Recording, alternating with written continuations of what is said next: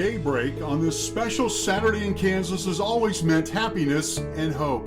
The honor has been bestowed upon the capital city, excited to host one of the state's most treasured summertime events. In this time of challenge, Topeka has much to offer, much to see, and much to give. It's time to prove that nothing will ever stop this tradition of charity. The 47th annual Kansas Shrine Bowl is next.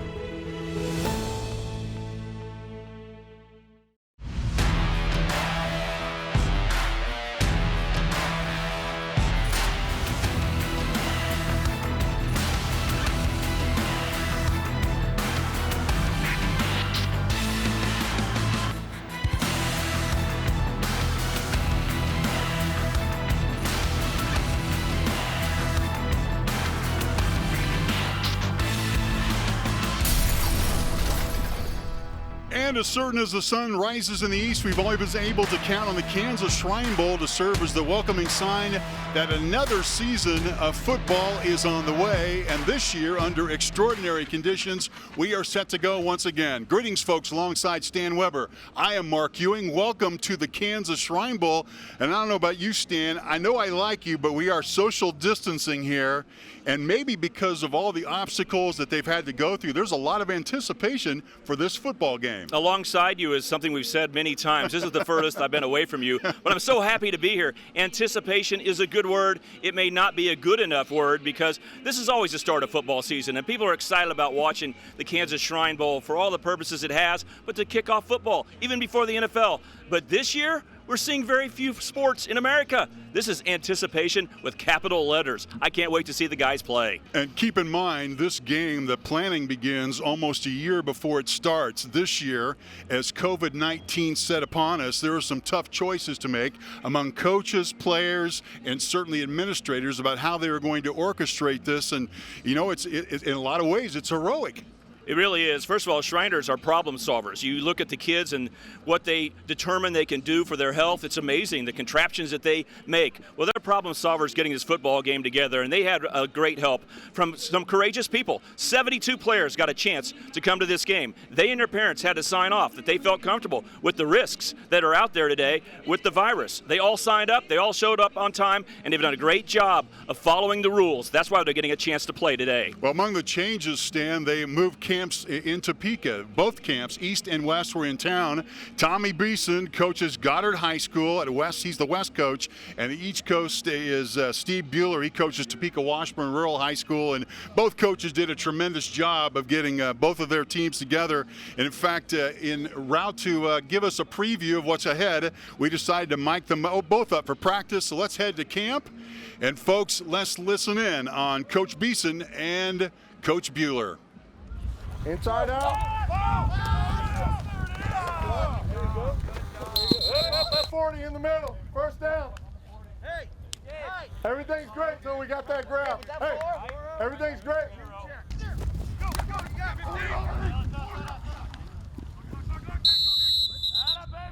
These guys are good quarterbacks. They'll shake one guy. Get rid of it. Get rid of it. Go get it. Right down. They're going to send one extra guy than we have to block. So you got to make a quick decision or find somebody to bail out and go. Hey! Let's go. Ball's down there at the 20. Oh, we'll be down there. Oh, okay. Hey, let's go right here from the 40 out. Okay. Don't hit to him. Kill it! Fourth down. Get a stop, defense. Fourth down. Get a stop, and we're done. Game's over. Get a stop. Game's over. That's what we're talking about. Well, you get in all-star games, fellas. All-star games become survival because none of the teams, none of the players have been, neither of the teams, any of the players have played long enough to be really solid at what you do. Things are going to break down, and it's a matter of who's going to be most persistent, who's going to keep playing hard, who's going to keep coming at them and finishing the play. Do that every play for each other, and the rest of the stuff's going to take care of itself at the end of the game, okay? All that other stuff will take care of itself, okay? Always remember, keep your eye on the prize. Eye on the prize is Saturday night. I want to compliment you because I've been through this, as I said before, 6 times. This is the best group that I have been around in the 6 times. Great, get a quick break, find the coaches, and get out of here. Let's go. Great job tonight, guys. Great job. Yeah, talk about it. That's it. Good. That's all I want right there. Yeah. Once you're stuck, you're stuck. And if they rub us, hell. Then with a good play by then, tip your cap. That's why it's an all-star game. Oh, yeah. Hey, look at us, like a football team. Holy crap, like a football team.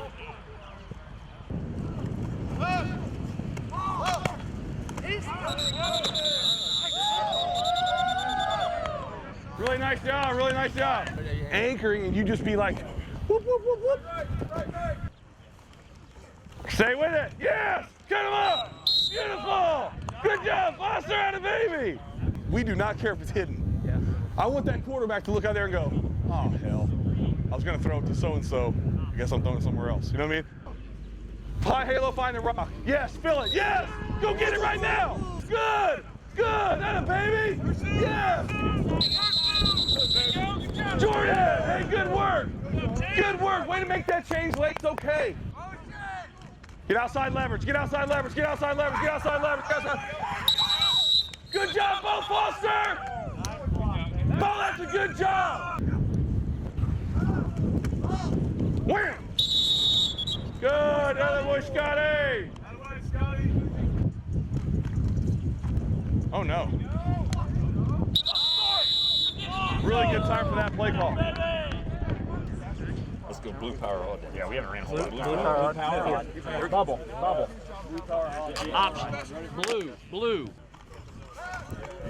Oh, double pass. Here it comes.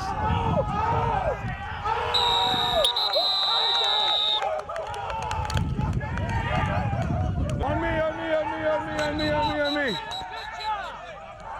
Hey, I love your competitive spirit. That's what football should feel like, all right? It should be really, really fun. Offense, you got us there at the end. Really nice job. I think we gave up a couple on you. Really nice job today.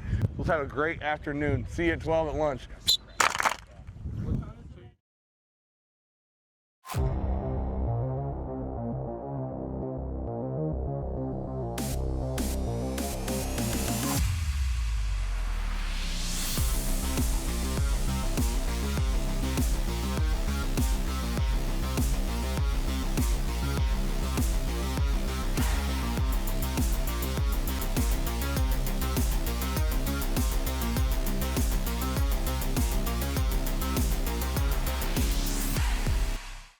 Sports are full of empowering moments.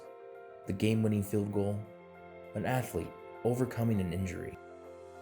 At Cotton O'Neill Orthopedics and Sports Medicine, we live for those empowering moments. Our team is well equipped to care for all sports-related injuries. Our experts tailor-make treatment plans to fit you, because when it comes to winning, there's no one-size-fits-all approach. Discover the many ways Cotton O'Neill Orthopedics and Sports Medicine can empower your victories. How do you see the world? Ha! At Shriners Hospitals for Children, we know that changing how you see things can turn them into everyday miracles. Like riding my bike. Breaking boards. Ha! Hugging my mom. Every day for over 90 years, Shriners Hospitals for Children has been sending love to the rescue, regardless of a family's ability to pay. If you know a child we can help, call or go online now. Get back in the game with the Kansas Shrine Bowl Alumni Association. We hope the Kansas Shrine Bowl had an impact on your life. Now help us continue to impact the lives of kids at Shriners Hospitals for Children. Get reconnected with the Kansas Shrine Bowl at kansasshrinebowl.com/alumni. This year we'll have special offers and events just for our alumni. Former coaches, players, and staff members, go to kansasshrinebowl.com/alumni and complete the form.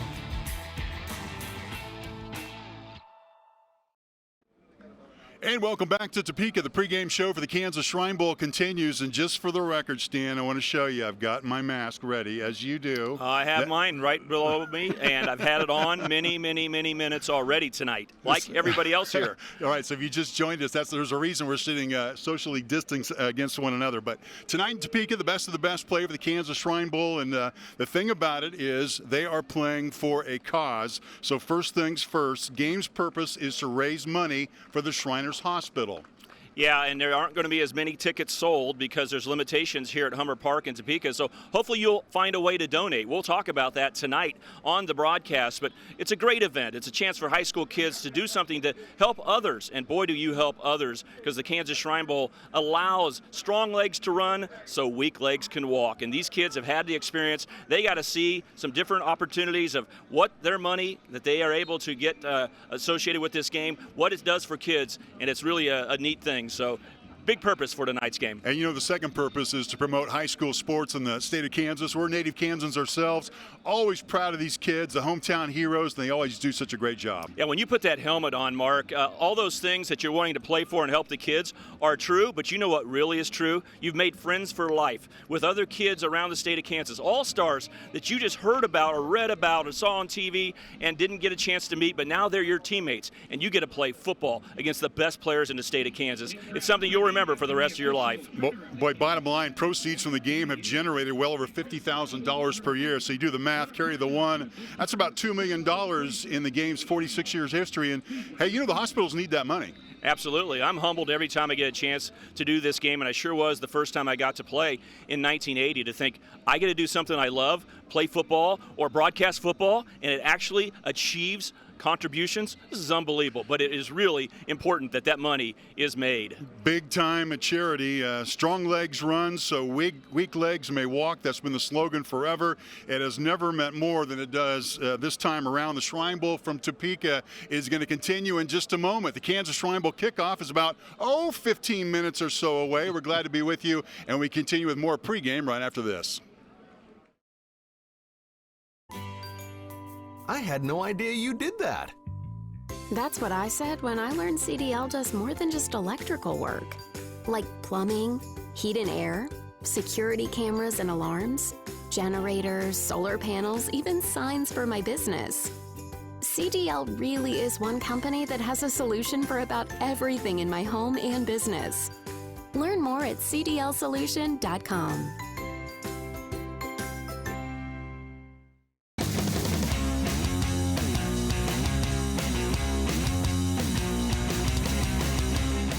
At Emporia State University, you can be yourself.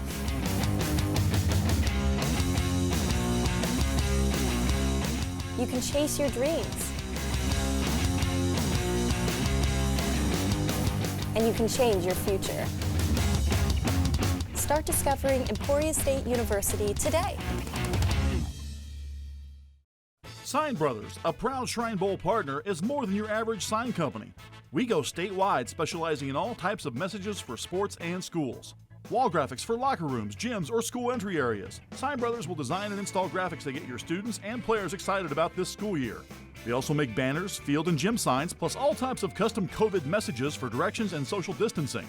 So reach out today for custom designed signs and learn about our special pricing for your school or business. So, what is love? Love is being independent. Love is dancing. At Shriners Hospital for Children, love is a new smile. At Shriners Hospitals for Children, love is caring for a child regardless of the family's ability to pay. Learn how you can send your love to the rescue at lovetotherescue.org. And the Kansas Shrine Bowl pregame show continues from Hummer Sports Park in Topeka, where the East is set to meet the West for the 47th consecutive time. And it's been a year of the COVID-19. Among the changes, he was at Yager Stadium, which is really just a mile to the south here. They moved it here, made a great decision. Among the things, you got to wear face mask. USD 501 made transportation available. There was a long list that I could just go through, but I want to tell you, the thing about it is, it wasn't like they were in their rooms all week. They got at least to experience a couple of things, did they not? No, the players are so mature about being safe, wearing a mask all the time, sitting on the same exact seat every time in the bus, things like that. But there are great traditions in the first 46 years of this event. And one of them is the players get a chance to have fun and eat a lot of good food. And I'm surprised, but they got it done. Even in the face of COVID-19, they got the experiences. They had great times together. I'm amazed at what the Shrine Bowl's done for these kids. Boy, and worth mentioning as we take a look at the golf event is the typically they'd had the hospital patients come here. This time they had a Zoom call, and that's really, for the first 37 years, they made the trip to St. Louis, evolved it, and that certainly was a big change for everybody. Yeah, they had chances to have Zoom calls with kids. There's even one who was able to meet them in person and talk about it. So again, they did the best that they could. They're able to have some events together. It was a great job, and the players had a good time. It is as much of a normal week for these players as you could ever imagine. And this certainly was the year that marked the first time that the game's existence, that a shared camp was held. They stayed in the same place and really experienced the Kansas Shrine Bowl in a different way, but everybody evolved. Talk about change and talk about stepping up to face a charity and meet the cause. That is certainly what happened. Executive Director B.J. Harris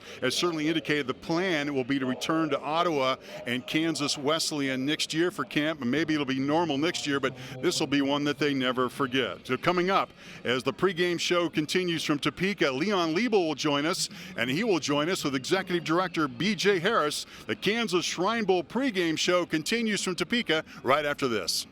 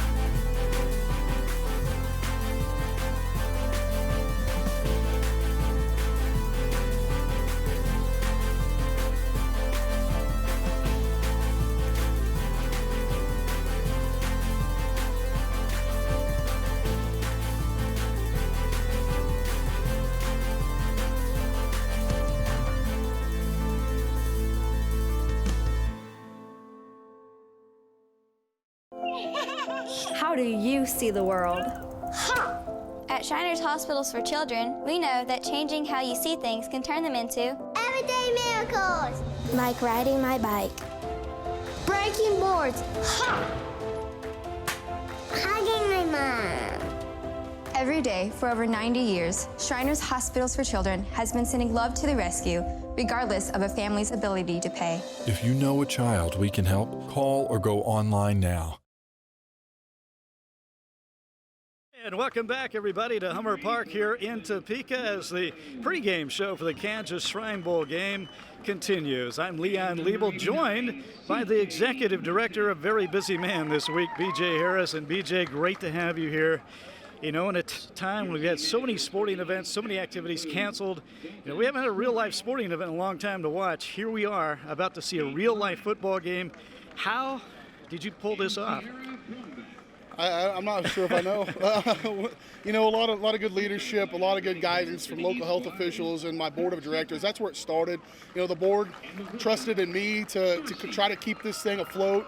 And they trusted with me and meeting with those local health officials that we were going to put in a plan that was going to be able to be executed and was going to be able to keep people safe. And I can tell you right now, up to game day, we're 15 minutes away from kickoff. I really feel like we've done that plan the way we were planning to do. And so the fact that they had that trust to let us keep going, that's not easy. And all those events that canceled, I understand why. I mean, it's tough and it's a risk financially, but I think we're getting a reward today because I really feel like we're going to be okay, and I do think it's all for the kids of the hospital and for these kids who are going to be playing the game. That's going to be my next question. It is a difficult task to pull up, and why? It could have been easy to say, hey, let's just shut it down for a year and wait till next year. Yeah, it's important for us to keep this tradition alive because we've been a good fundraiser for Shriners Hospitals for Children for 47 years now, and we get to say that today, 47 years. And sorry, I just get choked up because it's so important for me to do that and raise that money for those kids. And you saw the commercial a minute ago about what we do. And just the fact that we get a chance to do it again when it looked like we weren't going to have a chance to, it's fantastic. And again, a lot of precautions underway here tonight. We do have our masks, but we are properly social distancing here, as Mark Ewing told us earlier with Stan Weber. So we're doing things right that way. It looks like everybody's very cooperative, and I know the crowd is limited tonight, but still very, very vocal and in a good atmosphere here. Yeah, we're going to have about 1,400 people, 1,500 people here inside the stands, and so far, we're hearing the announcement right now about keep your social distance. Make sure you have a mask if you're going to be in your family group. And I've been communicating with our local contacts with Shawnee County throughout the whole day already as the gates open. And so far, we feel like we're in a pretty good position. And I really do. I'm just so thrilled. The people have done what they're supposed to do. Our kids did it all week long. What an ask we had of them. And they rose to the occasion. It was amazing. And not only having this game in extraordinary circumstances, you've really done a nice job of trying to keep this thing as normal as possible for these young men. Yeah, we did. Once somebody talked to me that was a former coach, and he said, I heard you guys kept it normal as possible, fed these kids a tremendous amount of food, because that's what we do. And we did. We had so many good partners here locally. We had a great housing partner in our hotel at the Ramada Inn that allowed us to come stay there at an affordable rate that we wouldn't have been able to do it if we couldn't. So, and as well. So it's just been, all the people who have stepped up have really made it happen. Well, every year we say it's more than just a football game, and it really is this year. And also it's special for these young men. A lot of these guys, multi-sport athletes, who didn't get to play a sport during the spring or was wiped out. This is their first chance or last chance to play a high school football game. Right, and I think that's what ended up reflecting in what they, why they were so enthusiastic and accommodating, because they knew how special it was. All right, BJ, thank you so much, and congratulations. And we're just minutes away from kickoff. We're going to send it to the voice of the Kansas Shrine Bowl, Mark Ewing. Tribute to B.J. Harris for making this happen. There's a long list of Kansas schoolboy legends who have been able to call themselves Kansas Shrine Bowl All-Stars. The next chapter is a similar storyline with a very unique backdrop, and it is more than just a game, Stan. It is for the kids, and it's certainly an idea that is being expressed at the moment as they take a moment of silence here, and the national, our national flag comes to midfield. Well, it's for all the kids, the players. The strong legs run so the weak legs can walk. As the Kansas Shrine Bowl turns 47 years old, introductions to the teams involved are taking place on the field, and you see a screen right there is going to enter your, as you're watching at home, the American flag being brought in by the Shriners. One of the biggest changes to the game was the cancellation of the Kansas Masonic All-State Marching Band. Organizers thought it would be too much of a risk to put 200 band members together given the current health crisis. But traditionally, that band has consisted of young men and women from high schools across Kansas. They've donated their time and talents for 4 days of camp preparing for today's parade. The band has been a continuous and very beneficial element of the Kansas Shrine Bowl since 1984. And with that in mind, we're going to go pitch it to public address announcer Jimmy Brew. Something a little bit different in the order of what they're going to do for the national anthem. So Jimmy Brew, take it away.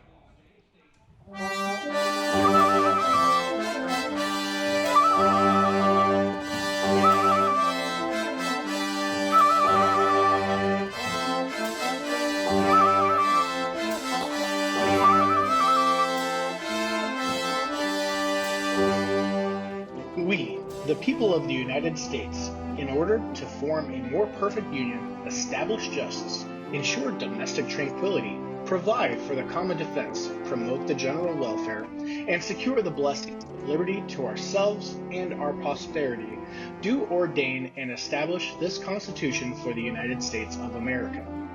We hold these truths to be self-evident, that all men are created equal, that they are endowed by their Creator with certain inalienable rights, that among these are life, liberty, and the pursuit of happiness.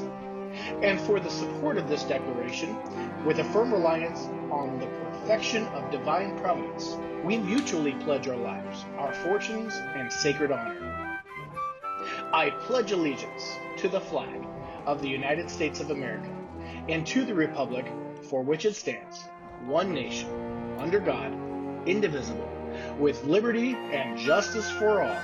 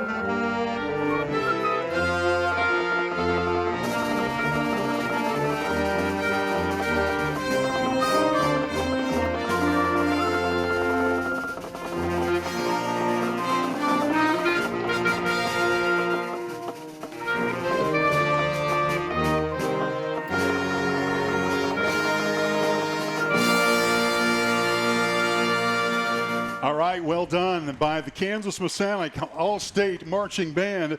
William Woodsworth, Emporia State Band Director, and A.J. Pence, Valley Falls Band Director, worked together to bring forth that unique idea.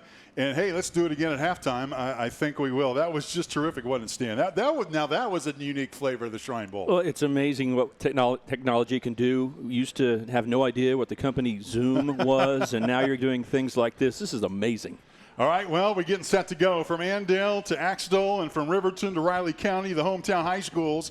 The Kansas Shrine Bowl All-Stars represent nearly every flavor. The Kansas Gridiron landscape from east to west. The next class of Shrine Bowl All-Stars has taken the field under the most extraordinary of conditions.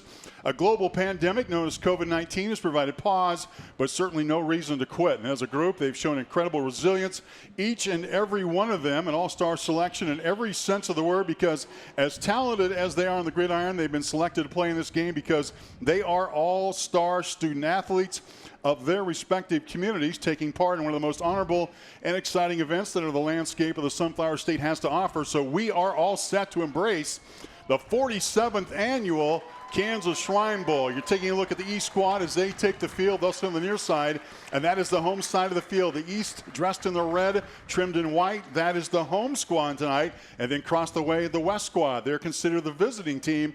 And the interesting thing about this is because traditionally both teams would practice in their respective sides of the state, but because of COVID-19, they both practiced in Topeka. So East versus West takes on a completely different meaning this time around. It does. You have contact with the other side. There's no doubt about that. It used to be trips to St. Louis, to the Shriners Hospital. Then there were the other events that you'd be around each other. But this time they're in the same hotel, had a lot of time to walk by, and the competitive fire tries to stay low in your body. You smile and you wave, but they don't know you're smiling because you can even frown at them now because you got a mask on. You go, ugh. You couldn't do that in the old days. We had to smile at them in the old days, but now you can still wave. Do whatever you want to under your mask and get ready to play. And they're excited to go hit somebody, tackle people. This looks like a real football game. There are fans in the stands. There's football players dressed up. This is only the third game since COVID-19 hit.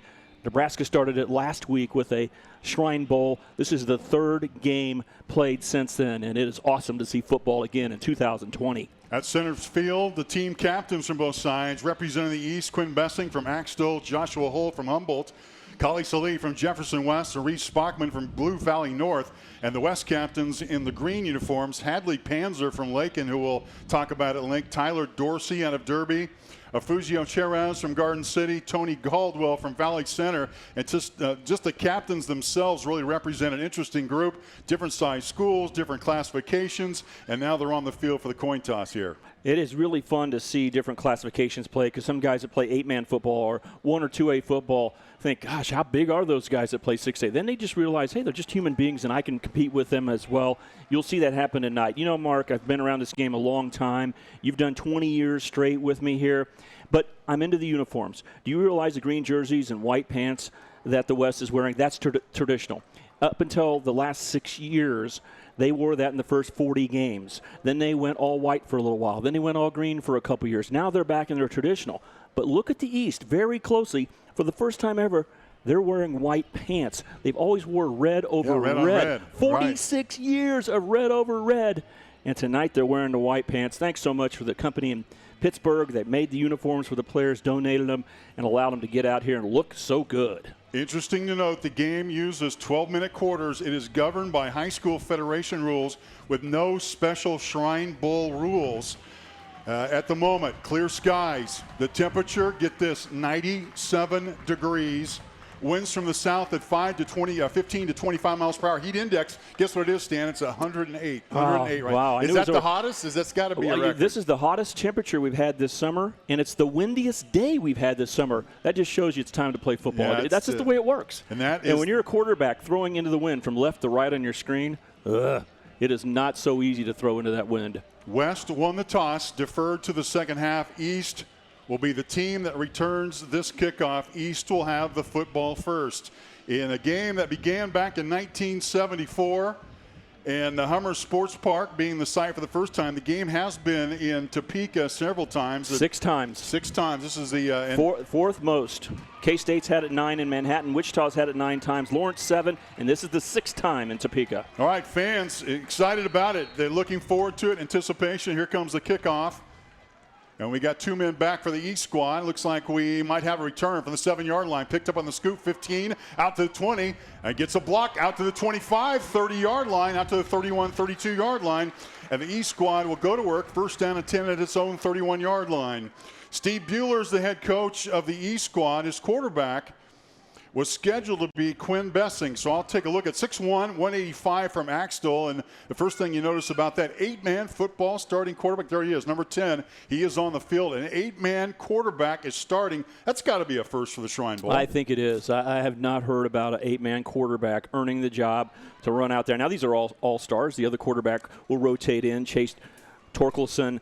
But Quinn Bessing gets a chance to start here as an 8-man football player out of Axtell. There we go. First down and 10. Ball marked to the 31-yard line. Pass to the near side. It's incomplete. East squad goes to the air first.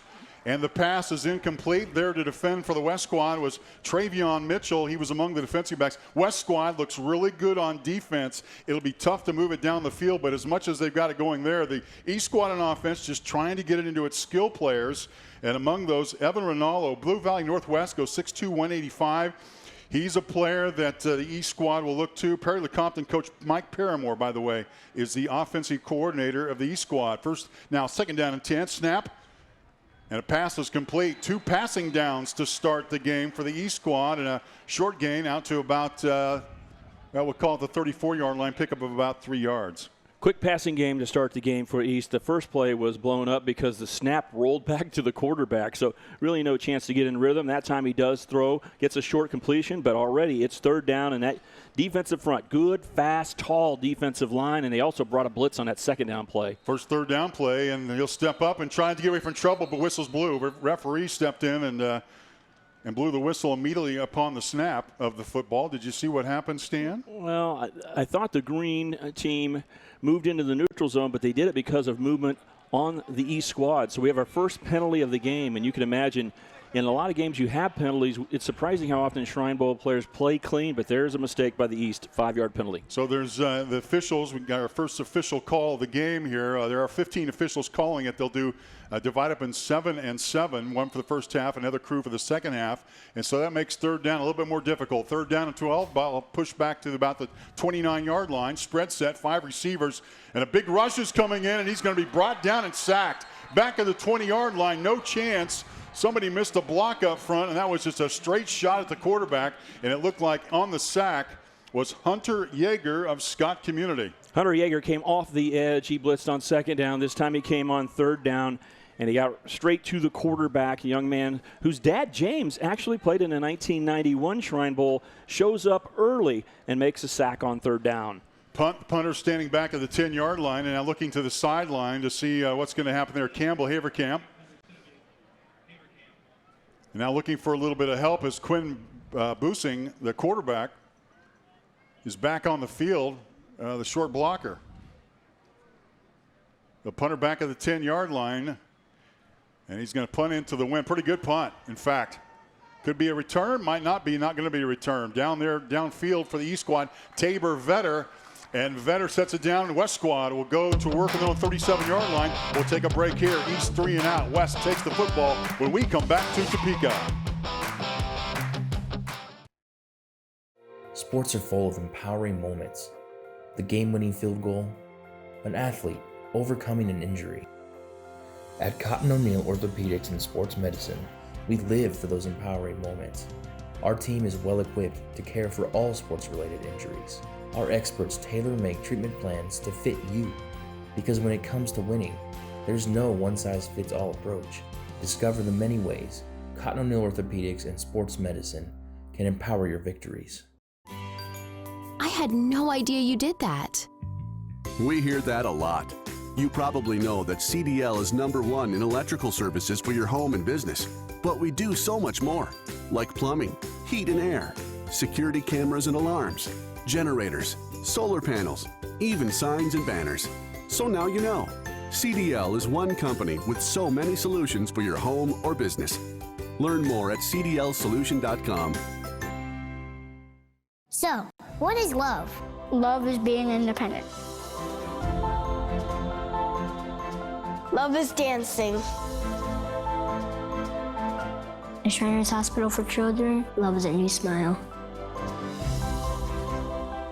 At Shriners Hospitals for Children, love is caring for a child regardless of the family's ability to pay. Learn how you can send your love to the rescue at lovetotherescue.org. Get back in the game with the Kansas Shrine Bowl Alumni Association. We hope the Kansas Shrine Bowl had an impact on your life. Now help us continue to impact the lives of kids at Shriners Hospitals for Children. Get reconnected with the Kansas Shrine Bowl at kansasshrinebowl.com/alumni.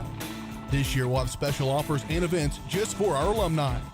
Former coaches, players, and staff members, go to kansasshrinebowl.com/alumni and complete the form.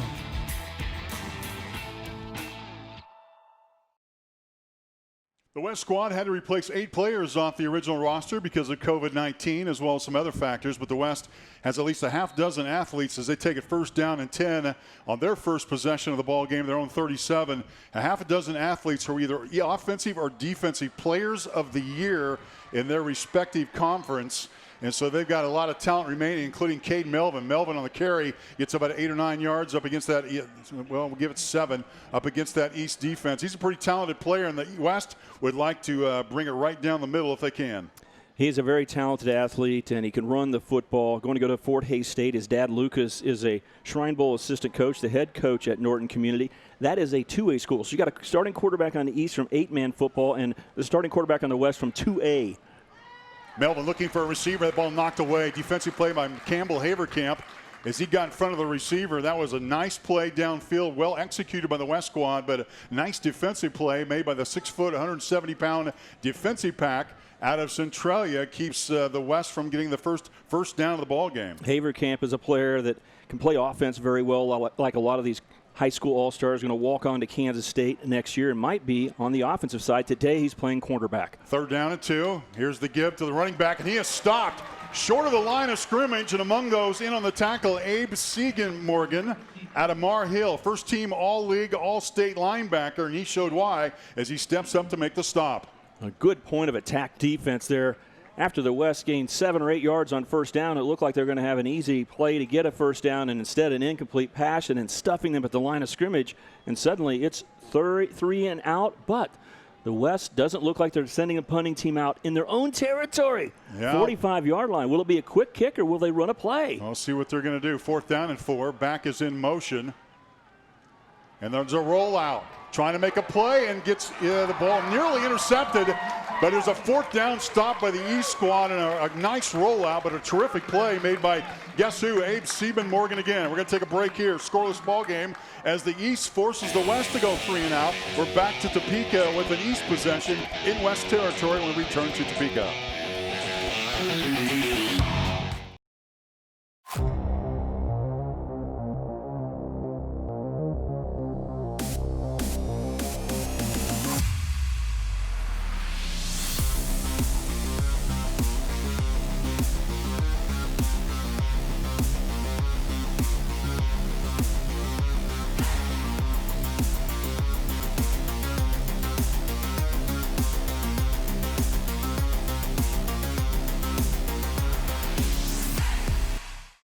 Sign Brothers, a proud Shrine Bowl partner, is more than your average sign company. We go statewide, specializing in all types of messages for sports and schools. Wall graphics for locker rooms, gyms, or school entry areas. Sign Brothers will design and install graphics that get your students and players excited about this school year. They also make banners, field and gym signs, plus all types of custom COVID messages for directions and social distancing. So reach out today for custom designed signs and learn about our special pricing for your school or business.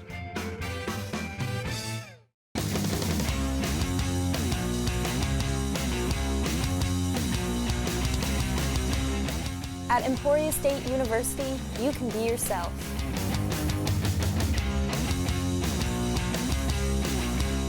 You can chase your dreams. And you can change your future. Start discovering Emporia State University today. My daughter was diagnosed with scoliosis. Connor's right leg was shorter than the left. Her issues were so rare. I wanted a doctor who's experienced at treating my child's exact condition. That's why we went to Shriners Hospitals for Children. These doctors develop the most advanced procedures. They do so much research. With some of the most innovative doctors in the world. And they put all their best thinking, all their love into healing my child. And they did it, regardless of our ability to pay. My daughter is who she is today because of Shriners Hospitals for Children. East will get a short field as they have it on the West 44-yard line. Scoreless ball game, first quarter, East versus West. Hummer Sports Park in Topeka, 47th annual Kansas Shrine Bowl. Busing back in the ball game and is going to keep it, trying to get a couple of yards, and gets just that, a couple of yards, trying to test that West defense up the middle. Not going to be a lot of room with those tough linebackers they've got, but got to get a little space and a real opportunity here stand for the East squad with a short field. Yeah, after stopping them on fourth down, the West loses the ball in their own territory, so you hope that creates a little momentum if you're on the East side. But right now you're seeing a West team that's firing their linebackers into the line of scrimmage, and so far that has really caused some havoc for the East offense. No gain, second down and 10, spread receivers, and whistles and flags blow. So if the whistles blow, flags fly. Wide receivers moved early on the right side, a little excited, trying to get a deeper pattern, and that'll be the second 5-yard penalty for a false start for the East tonight. Offense, number 1, 5-yard penalty. Tabor Vetter took off a little bit early. White hats tonight, Armando Espinoza for the first half and Bill Kleckon. A lot of familiar names. Those guys come back year after year. They don't get paid for it, by the way. They just want to contribute to the game. And the second flag so far, second penalty in the East squad, makes it second down 15. Ball near midfield at the 49-yard line. And the quarterback at Axtell stands by himself, and he's not going to get out of the way of that one. Another sack, another 10-yard loss, and in on the play is Judson Wiltfong out of Norton. He's a big kid, 6'5", 220. I wouldn't want to get hit by him, but boy, did Busing take a hit that time. Well, they're coming off the edge, and right now they're sending a lot of receivers out. There's no tight end and no running back in the backfield. So they're not equipped to stop the blitz. You got to have a quick pass, or you're going to have to find another player staying back in blocking formation. So far, the East is not doing that, and the West is taking advantage of it with free runs to the quarterback. Third down 25, going to be a long field to get there. Busing takes off. He's going to get close to midfield, stop to the 46-yard line. West makes another stop.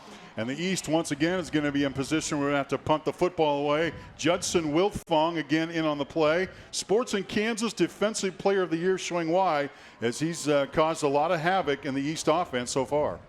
Yeah, and you know who his sports idol is? Amazingly, it just blows my mind when he says Bo Jackson. Bo Jackson. Like Bo Jackson retired before he's probably born.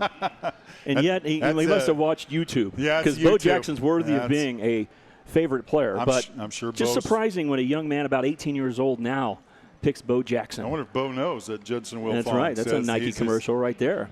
Here's the punt. It's end over end, not a long one. It's going to take, in fact, a West bounce, and the East guys jump on it, ball at the 33-yard line. So that was a drive that started at the West Territory 44, and they're going to hand it over basically after pushing it down about 11 yards. So the East punts it over the West side, and West is going to get the football back. Well, pushing it the wrong way. The West pushed them a negative 11 yards on that possession. So the big sack was the difference. So far, West pressure on the quarterback has been a big story. And punting into the wind, you've got to say that Campbell Haverkamp has done a pretty good job so far punting for the East. Well, let's see what the West can do. First down and 10. The drive starts from his own 33-yard line. First time they had the football, they gave it up on a punt, had it 7 yards on the first carry, and then ended up punting it away. Here's a screen set up. Boy, big hit, but the catch is made. Going to get it back to the line of scrimmage. That looked like on the catch, I think that was our first look at Jeremiah Brown from Wichita West. If you're going to find a player in space, that would be a guy to get it to. Well, his space was taken up quickly like big number 64. Kali Saili was there. How about folding back, looking for the wide receiver screen, and the big guy making the crunching tackle for a short gain. Second down and 8. Jeremiah Brown lines up to the right side of your screen as you look at it. A single back next to the quarterback and back on the rollout. Rolling to the right side under pressure. Looking for a receiver, nearly picked off. And was it picked off? I think it was. Interception by the East squad. Campbell Haverkamp who's an all-state first-teamer as a defensive back, also played quarterback for Centralia, makes the interception, and the East team has the football in prime territory, deep in West territory. Now the rollout pass to the right was thrown right along the sideline, and breaking on the football, Haverkamp was there, made a beautiful catch coming forward and kept his feet in bounds. And the East, in their third possession, will get their second time to start in West territory. This time it's a 34 with a big interception. Yeah, East first down and 10, 34-yard line. The East squad had to replace 15 players from the initial 36-man roster because of COVID-19. And looking to the air, trying to get a big play toward the 10-yard line. Pass is caught.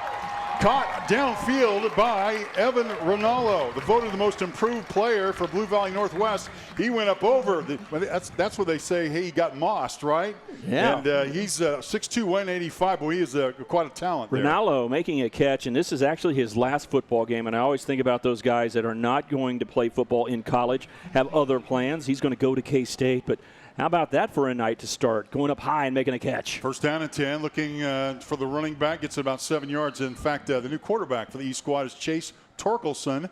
Chase Torkelson, 6'2", 175. He wears number 2. He's at a Basehor Linwood. He'll play baseball at Crowder next year. All-state quarterback and known for his pitching. He'd like to pitch the East in for a score here, the first score of the game, if they can get about 7 more yards. Crowder Community College is a community college in Missouri. He loves baseball. It's his favorite sport. And so this will be his last football game tonight, and he wants to get a touchdown on his first possession. Second down and goal for the East squad. Ball at the 7-yard line. Pass is made. Caught at the 10. Makes a little bit of a move, does Tabor Vetter, and may have gotten back to the line of scrimmage, but not much more. West squad made the play. A good tackle over there. Cornerbacks nowadays, Mark, have to be like linebackers in tackling. You know how often they throw the football right down the line and make it almost like a running play. And those guys not only have to cover people 30, 40, 50 yards downfield, you got to fight off blockers and make a tackle. And the West squad's defense does it very good there. Chase Torkelson, one of the top passers in 4A, threw for 2,483 yards, 22 touchdowns on the air, 6 on the ground. So he can go to the air easily. He can also run it in himself. We'll see what they're going to do. Third down and 7. And he's going to try to keep it up the 5-yard line. Caught from behind and dragged down. What a play made by, among others, Trey DeGarmo from Andover Central in on the stop. And Keaton Robinson got there on the ankle to slow him down at first and keep him from gaining much yardage. So inside the 7-yard line near the 6 with 4th down, it looks like the East team may choose to kick a field goal. All right, so Campbell Haverkamp is the East team's kicker. He's out of Centralia. In fact, he's the guy that delivered the interception. So now a chance to get the INT and the field goal. So it's Ronaldo, is it not? Ronaldo's the kicker. Yeah, the guy who makes the big catch down to the 10 gets a chance to try to score. All right, fine. So Haverkamp is the holder. Evan Ronaldo is the kicker. And now a whistle and timeout. East, first charge of the half. Timeout in the field is going to be called for the first time. They're going to talk about it. 4th down and 6. The East got themselves into position to score via the interception. And now a chance to put 3 on the board here. We'll see if they can pull that off. Steve Bueller, the head coach, is in his 8th year coming up in 2020 at Washburn Rural and has a decision here. Is he going to believe in a kicking game? Remember, they didn't have a lot of time together. They didn't practice for 2 weeks or even 10 days. It's basically been a week. Now, they've had 2-a-days, 3-a-days, but you know there's not enough time. As much football as they tried to teach these kids, and the alertness they had was amazing. They really learned a lot of offense and defense, but your special teams, you can't spend a great amount of time. But here's a big time to execute for the East. If you can make this field goal, you can go up 3-0. Always something about getting the first points on the board that sort of eases the tension. There's a little bit of nerves involved when you play the Shrine Bowl game. And in fact, at the moment, it looks like the officials are calling, it looks like a water timeout. That would be my guess. It's freezing the kicker. You can't do the water timeout and freeze the kicker. And you're going to give him freezing cold water, too, to freeze him even more. We got to see the Shrine Bowl rules on that. I'm not sure how that went. Wait a second. It does give me a chance to mention that this is the 47th annual Kansas Shrine Bowl. The event is used as a fundraiser for Shriners Hospitals for Children. The West team has won 28 of the previous 46. The West, in fact, has won 2 of the last 3. One in Dodge City last year, 26-7. But Hummer Sports Park is considered East Territory. USD 501 lays claim to be the hometown football turf of at least one Topeka high school every Friday night in the fall. So this is the home of Topeka West, Topeka High, and Highland Park. And 4A state championship games played here. Yes, the 4A state, and they play state soccer. Baseball's nearby. Swimming is just over the way. This is a really, really nice sports facility in the city of Topeka, and USD 501 has done a great job manufacturing it. Be sure to support the Kansas Shrine Bowl. Pick up some great new 2020 gear. Go to www.kansasshrinebowl.com/gear. That's www.kansasshrinebowl.com gear to check out the new design. It is important for the East to get a little momentum and score with the advantages they've been given. 2 possessions starting in West territory, and the fact the West has won 10 of the last 14 times these teams have played. Now, it may not matter, but I'm telling you, the West players talk about last year and say, let's keep the tradition going. Colby Holting, long snapper. Kick is up from the 23-yard attempt. It's up and good. The East team gets on the scoreboard with an end-over-end kick into that tough wind, and the East squad leads 3-0. That was like slow motion. Wasn't that cool? I mean, he's kicking it strong into the wind. Just try to keep it centered up and take it through. He makes the big catch, and he makes the kick into the wind. Well, we always said the special teams very often makes the difference, either a block kick, missed kick, punt or kickoff return. But in this case, the kickoff or the field goal is up and good, 3-0. That's the East has the field goal, 3-0 on the West squad, and 3:57 here to go in the first quarter. Well, they needed to take advantage of their opportunities they've been given. So they did, getting a score, but the West defense has done a pretty nice job. You know, they've been put in bad situations and been able to hold the East to only 3 points, and now they're looking for their West offense to get going. All right, so the East squad, because of COVID-19, they had to replace 15 players I had mentioned, which is certainly more than 1/3 of the team. Not from illness, though. Not from illness. They announced them in January, yeah. And then things have changed since then. Some kids aren't available, that type of thing. All the ones that were asked, ultimately, all 36 from each squad came in right on time and were ready to roll. And that's not an easy thing to do, and it's a big decision because the players not only had to read a document that said, here are the risks, you understand the risks, you are taking the risk by playing this football game, by being in Topeka during this week, and their parents were there as well.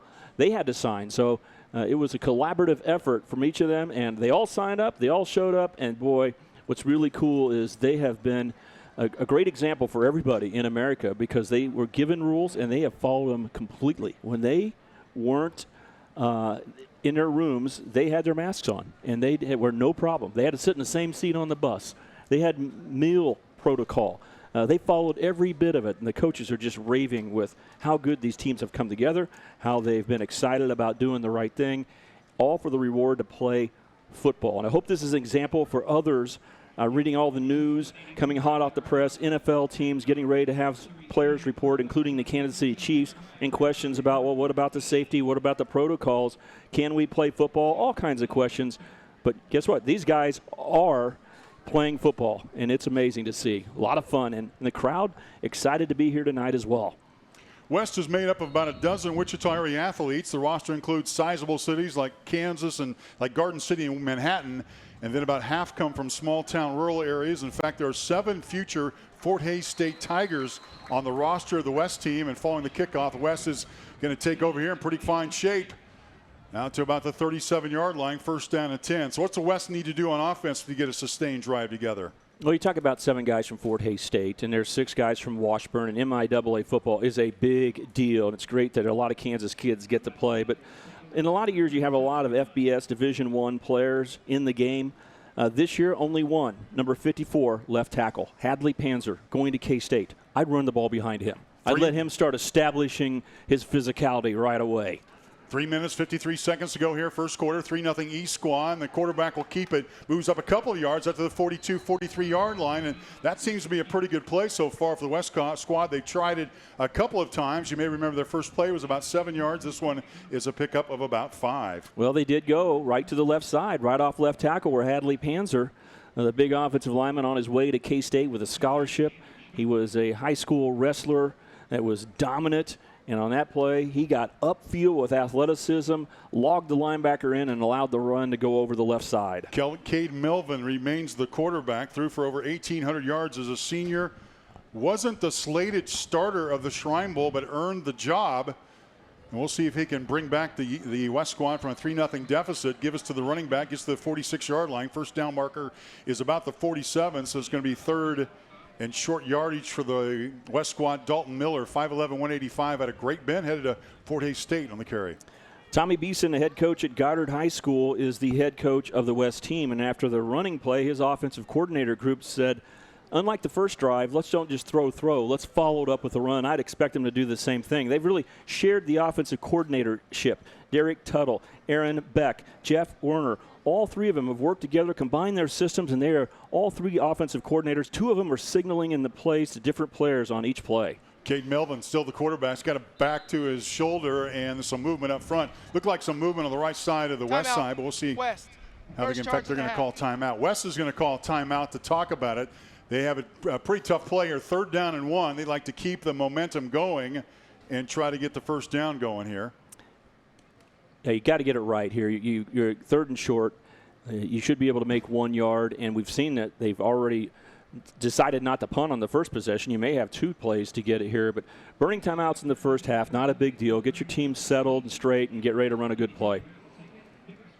In fact, head coach Tommy Beeson of Goddard, he's coached football, baseball, basketball, spent time at Wichita West, Wichita North, Wichita Northwest, grew up in Allen, Texas, before playing college football at Sterling, Masters at Baker, was offensive coordinator at Goddard before being promoted to head coach, directed squad to the state title game. So he is a very decorated, well-traveled coach. Yeah, he took a long time as an assistant under Scott Vang. Remember, Scott Vang was the head coach a couple years ago for the West squad in the Shrine Bowl. He was at Goddard, but he went on to be the athletic director at El Dorado. And now stepping up, Tommy Beeson in his 3rd year, in his first 2 years, like you said, that first year went right. Everything went right, and they went to the state championship game and lost. They went 10-3 that year. Last year they lost a ton of close games, including the rivalry game with Goddard Eisenhower. Yeah. It was kind of a miracle win by Goddard Eisenhower. But Goddard lost that game. They lost a playoff game in close fashion. So Goddard was close last year, but didn't have a great record, 4-6. And if I'm talking too much about Goddard, it didn't happen too often. Right, but I'm so old, it's hard to remember. But I actually went to Goddard, Goddard High School, before there was an Eisenhower. Before they split to 2 schools. That's right. Many years ago. Well, that corner. Let's go to Leon Liebels with Chet Copeland. Leon. Perhaps knows more about high school sports in this state than anybody from sports in Kansas. Chet, your impressions so far, and how special is it to actually see a real-life football game, man? I got chills out there looking at it because we've not had sports since the Final Four of basketball in Kansas, so it's awesome to see it, the crowd cheering, and, man, we have football in Kansas. I'm still kind of shocked. It's terrific to watch, and it's underway. Let's send it back to Mark and Stan. All right, thank you very much. Chet Copeland, such a knowledgeable person involved in high school sports in Kansas, and his website, Sports in Kansas, worth watching, worth following, is a 3rd down and 1. Stuffed. And nowhere to go. So they're going to go for another 4th down attempt here. Wow, here we go again. All right, 4th down. West not even at midfield, so if they were not to get the first down, it would be the 3rd time that the East would get the football in West territory. We'll see what happens. Cade Melvin, the quarterback for the West squad, high snap, going to keep it, it's going to get stuffed himself. Loss on the play and a big tackle by Ethan Shaver. He's out of Riverton, 5'8", 201. He was almost like he was in the West huddle, and the East is going to take over the football. A high snap slowed down the quarterback, Cade Melvin, and then slowing him down was Big 21 coming off the edge. Ethan Staver there to make the tackle, but there is a penalty on the play. First down for the defense. After the play, unsportsmanlike conduct. It's unsportsmanlike against of the offense. The West. So not only do they get stopped, they're going to add 15 more yards, and the East is going to get great field position. Yeah, the East has started at the West 44-34, and it's even going to be better this time, up 3-0, and an opportunity here Correction, 44 of East. Get themselves in terrific position. The officials are talking about it. It is East ball, 1st down and 10. Now they're saying maybe it's on the East. The official pointed one direction, but the guy with the ball in his hand, the umpire, went the other. So okay, that's a big 15-yard penalty against the East and a 30-yard difference in the direction they're going. You don't think they're trying to trick us, do they? They did. They sure tricked us. They certainly did. East squad up 3-0, about to get the football here. First down on their own 47-yard line. So this will be only the second time in the game that the East squad will start on their side of the field. And the West not pleased about it. The East squad, by the way, had things gone normally, would have had Kai Thomas, who played for Topeka High. The East does have 5 players from Topeka area high schools, as well as 2 coaches. So the East squad, being Topeka is the home city for it, is very capital city oriented. And if you follow high school sports in Topeka, just a terrific place for it. The Centennial League is breaking up in a couple of years. That includes all 7 Topeka schools in Manhattan, Junction City. They're breaking up, so they're going to be in different leagues. Handoff is to the left side, gets a block, and on the carry for the East squad,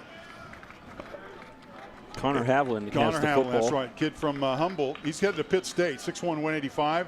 He's also a 2-time state champion in Legion baseball. So multi-sport athletes. Now these guys seem to be good at a lot of sports. That's pretty apparent, and that's one of the reasons why they're all-stars here. You know, Steve Bueller, the head coach of the East, is right here in Topeka. You talk about the influence there, and I said that he'd been here going into his 8th year at Washburn Rural, but before that he had 15 years at Rossville and had won more games at Rossville, 120, than any coach in their history. Second, Jace Torkelson gives to the back right behind him, gets a little room to run the 50 out to the 47-yard line in East or S territory, and once again it's Havlin out of Humboldt, and he gets a couple of carries back to back. It makes sense, Stan, to give a back a couple of carries to get a little bit of rhythm, though it doesn't happen in this game very often. Typically, the ball is really spread around a lot, but Havlin's got a couple of carries here. That's one of the challenges about being in an all-star game is you can't get into the rhythm. And most of these athletes were their guy. At their high school, they were going to get many opportunities and play down after down after down, maybe even play both ways. And here, you're not going to play both ways, and you're going to share with other players. So it's one of the things that's a challenge. Not only has it been a long time since they played football and had the uniforms on, but they also don't get that chance to play after play very often. You know, I saw the play clock wind down. I think this is going to be a delay of game. This is 3rd and 4. It's going to make it 3rd and 9. False start. Offense. Number 84. 5-yard penalty. Remains 3rd down. And that's the second time a receiver has moved early. So sometimes you get a little excited out there, and coaches will say, a receiver should never jump because they shouldn't be listening to the snap count. They should be watching the football only. But with no crowd noise, and if football's played, the NFL guys may not have crowd noise. They may accidentally start listening to the snap count too much. A lot of times in the big stadiums, it's no problem. You can't hear anything. But you got to wait till the ball's snapped. 3rd down and 9. I would choose to have the wind at your back. I'd be surprised if they snap it. Now the West team's going to call timeout because what the West wants to do, they want the East to work against that wind. That's a smart timeout. Yeah, smart timeout by the West squad.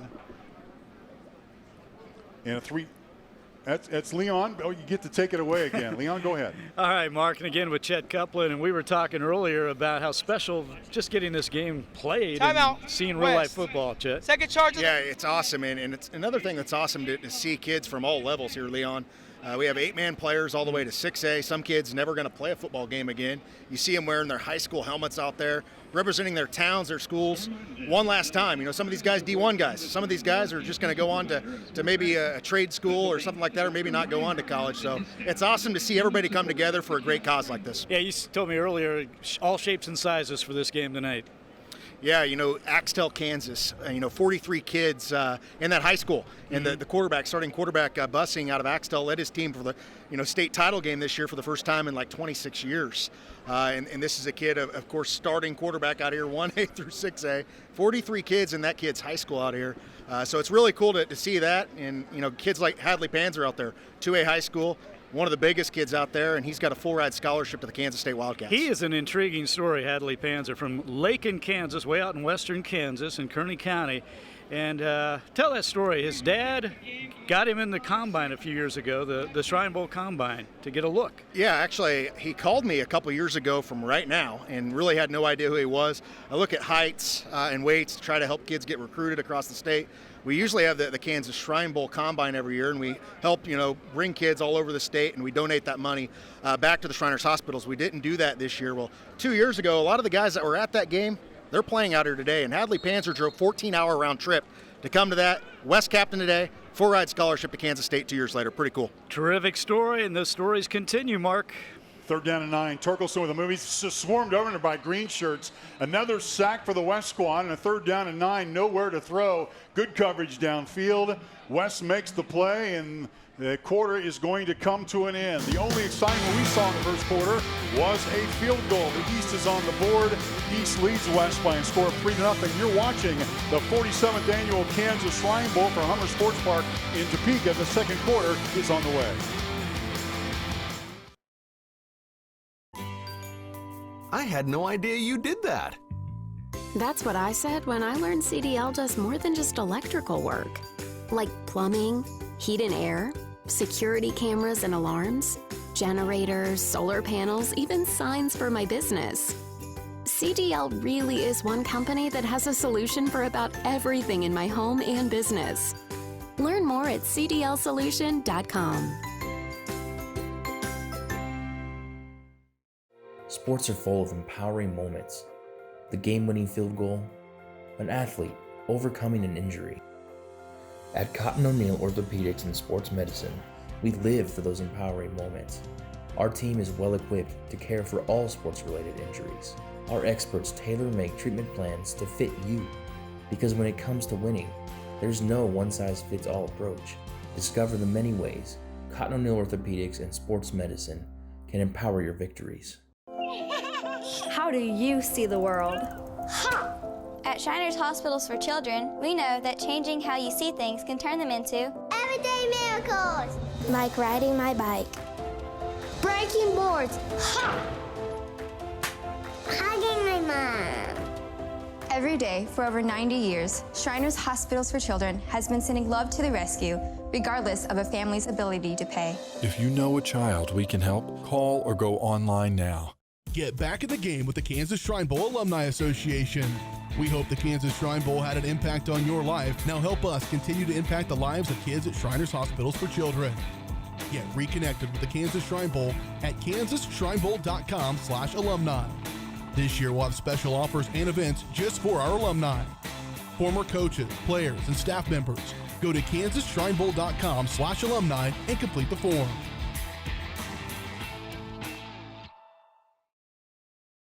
With Stan Weber and Mark Ewing, second quarter begins with the East squad leading the West by a score of 3-0 in the 47th annual Kansas Shrine Bowl. It is the sixth time that Topeka is hosting this event, dating back to 1988. The game will move to Hutchinson next year, back to Pittsburgh in 2022. The game has been played throughout Kansas each summer. Host cities have included Lawrence, Manhattan, Wichita, Topeka, Hayes, Emporia, Pittsburgh.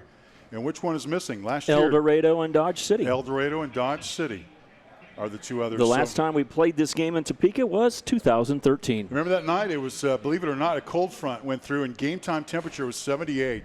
I do not make that up because game time temperature tonight was 97.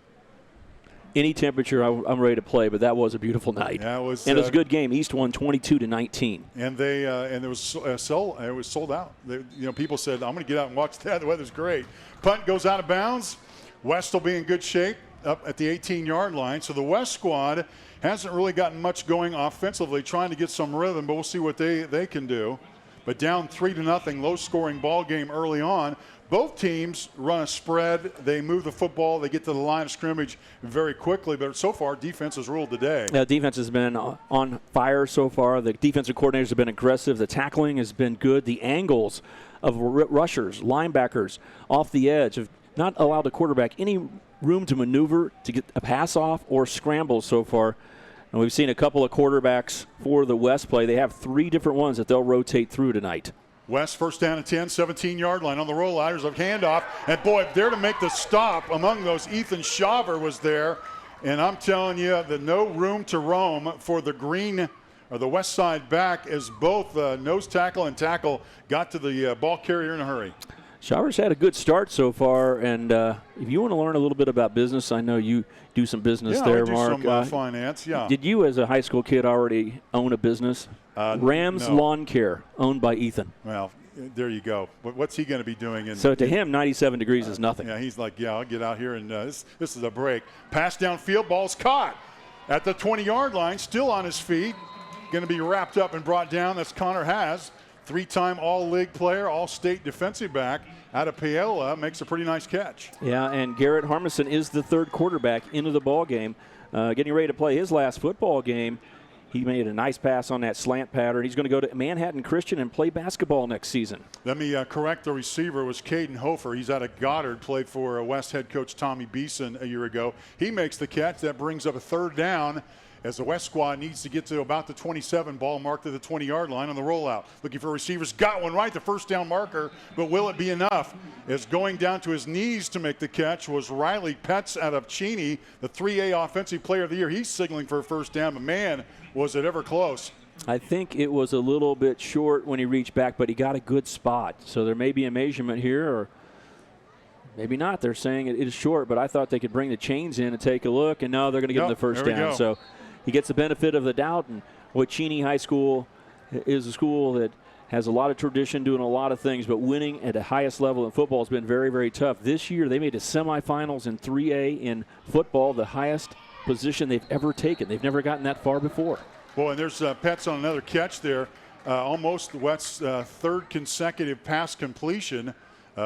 East team was kind of lobbying for a incomplete pass. You see, Garrett Harmison is throwing the ball a little bit low on these throws. And one of the reasons why is because he wants to keep it out of the wind to be safe. But one of the things that happens when you're throwing into the wind, it pushes it down. So if you start low and you're going into the wind, it's going to push it closer to the ground. So he may want to change his target just slightly up, but you do want to be careful because you throw it in the wind and it floats up there, it's going to get intercepted. Garrett Harmison, the product out of Riley County, gives to the back, 30-yard line up to the 32, needs to get to the 37. The carry by Hayden Brown. Brown is out of Hayes, 5'10", 180. He shows some speed and gets a nice pickup on the carry. You won't be surprised where he's going to school next year. The young man from Hayes is going to stay right in town and play for Fort Hays State, a very good football team in the MIAA. Oh, by the way, it might be something that was expected. His dad, Chris, is the head football coach at Fort Hays State. Probably a good decision there. In fact, I think his mother's going to be very happy. I think Chris, in fact, was an assistant for a long time at Washburn University here in Topeka. Catch is made, 35-40, out to the 45 to midfield, and out of bounds into East Territory. And the biggest offensive play of the game is Kale Schroeder out of Sedgwick, who's headed to Bethany, makes the catch, first down West squad. Great concentration to make that catch because when he ran the out route, the defender was right on him. It almost caused a delay. They stopped for a second, and then here came the football, and Schroeder just plucked it out of the air and took off. The defender standing there didn't know what came. Schroeder on his way to Bethany. His dad played in the Shrine Bowl. Kel Schroeder's did in 1995. So it's amazing to see this game, 47th year, and you're seeing many kids who are playing whose fathers played earlier. Harmison gives to the back again. It's Brown. Brown gets to the 45-yard line, pickup of about a yard, as the West is into East Territory for the first time on the night. Their fourth possession. Two of the first three, they went over on downs as they went for it on fourth down and were stopped. And the other possession was an interception that the East managed to turn into a field goal on the other end. That's the difference. 3-0. East leads on a field goal in the first quarter. Well, if West does get in a rhythm on offense, it's going to be running the football. That's what they should be able to do well with that offensive line. But you realize it took some pass completions to get the running game a look. Boy, Harmison doing a nice job. Good-looking kid, 6'3", 200 pounds. He's going to pitch it to the Jeremiah Brown. Brown, 45-40, makes a move 35 down to the 31-yard line. Jeremiah Brown out of Wichita West, who's going to play at Coffeyville, a defensive standout who led West in tackles, gets an end around and a nice pickup for the West squad. Good diversity in the offense for the West on this possession, starting all the way back at their 18-yard line. And they throw the ball a couple of times, now get the running game going, and then a little diversity with a reverse and a gain all the way down to the 32-yard line by Jeremiah Brown. Like this offensive set, three receivers left side of your screen, one down to the bottom portion of your screen. Here's Harmison on the rollout. Has a receiver down 25, 23-yard line. Harmison, by the way, the quarterback out of Riley County, is going to play basketball at Manhattan Christian. He's a decorated football, basketball, baseball player, kind of do it all, and he's got a 4.0 GPA. Is that all? I mean, he's also in the band. He does choir, music, theater, forensics. I wonder if he needs to be a little more active. I think he goes. He also throws a nice dart rolling to his left, right between a couple of defenders. That was perfect timing. Almost like a chest pass. Here's a little pass here. Caught! 10-yard line. Down to the 7-yard line. The receiver is Caden Hofer, and the West team continues to roll down the field. And how about timing between the quarterback and the receiver on that one? Harmison's taking no time in the pocket. Right when he got the snap, he knew where he wanted to go. He had a one-on-one situation and threw out to the right side, right in stride, and inside the 10 is the West going into this strong wind. First down and goal at the 8-yard line. Brown is the back. He's right to the right side of Harmison.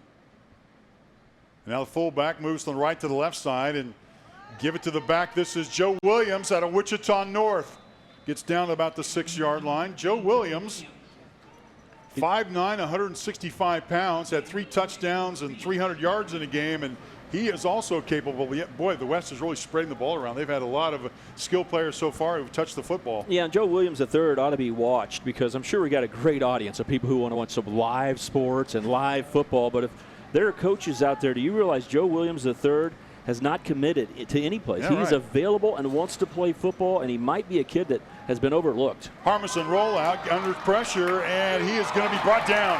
Sack is made on the East squad by Terrence Adams. He's a 6', 197-pounder out of Shawnee Heights, and he's going to play at Coffeyville next year. He makes the sack on a big play for the East squad. Well, he was the second player there. The rush initially was put on, got to the ankles of the quarterback, but Garrett Harmison was able to pull away. But coming in the second wave, Adams gets there to make the sack. A big play by the East, up only by 3. They would love to force the West to think about kicking. I'll give you a little hint. The West is not kicking, okay? They're going for 4th down, I'll promise you. Is that right? Okay. Joe Williams, by the way, on the right side of Harmison, back under pressure. Screen play, there he is. Williams, 10-5 to the end zone, and he is going to be stopped at the half-yard line. Joe Williams took the short pass, tried to find the end zone, and then it's just stopped at the half-yard line. 5'9", 165-pounder. That was almost the first touchdown of the game. It falls just a half a yard short. A little screen play, nice call in that situation. And now you make a quarterback change for a 4th down. So the second 4th down the West is going for this time inside the 1. Yeah, Cade Melvin, the quarterback, and Norton comes back in. 4th down and 1. Receiver Caden Hofer goes out to the far side, and Cade Melvin is more of a running quarterback, and so this is quarterback run game. This is a zone read type of play where you can decide if you want to hand off to the running back or keep the football. But it's been a nice drive. Pretty unbelievable that this has taken 13 plays from the West. We've had a reverse. We've had completed passes. We've had good running plays. A very nice drive. 18-yard line, and now the question is, will they get that last yard to get an 82-yard drive or get stuffed at the goal line? 3-0 is our score. East leads West. Are we taking a break here? I think we are. We're not taking a break. 3-0 East squad leads West. And let me mention this. In our pregame show, we talked a lot about events of the week. One of the highlights every year is the Hospital Visitation Day. They used to go to St. Louis, introduce themselves to some of the kids that this game benefited.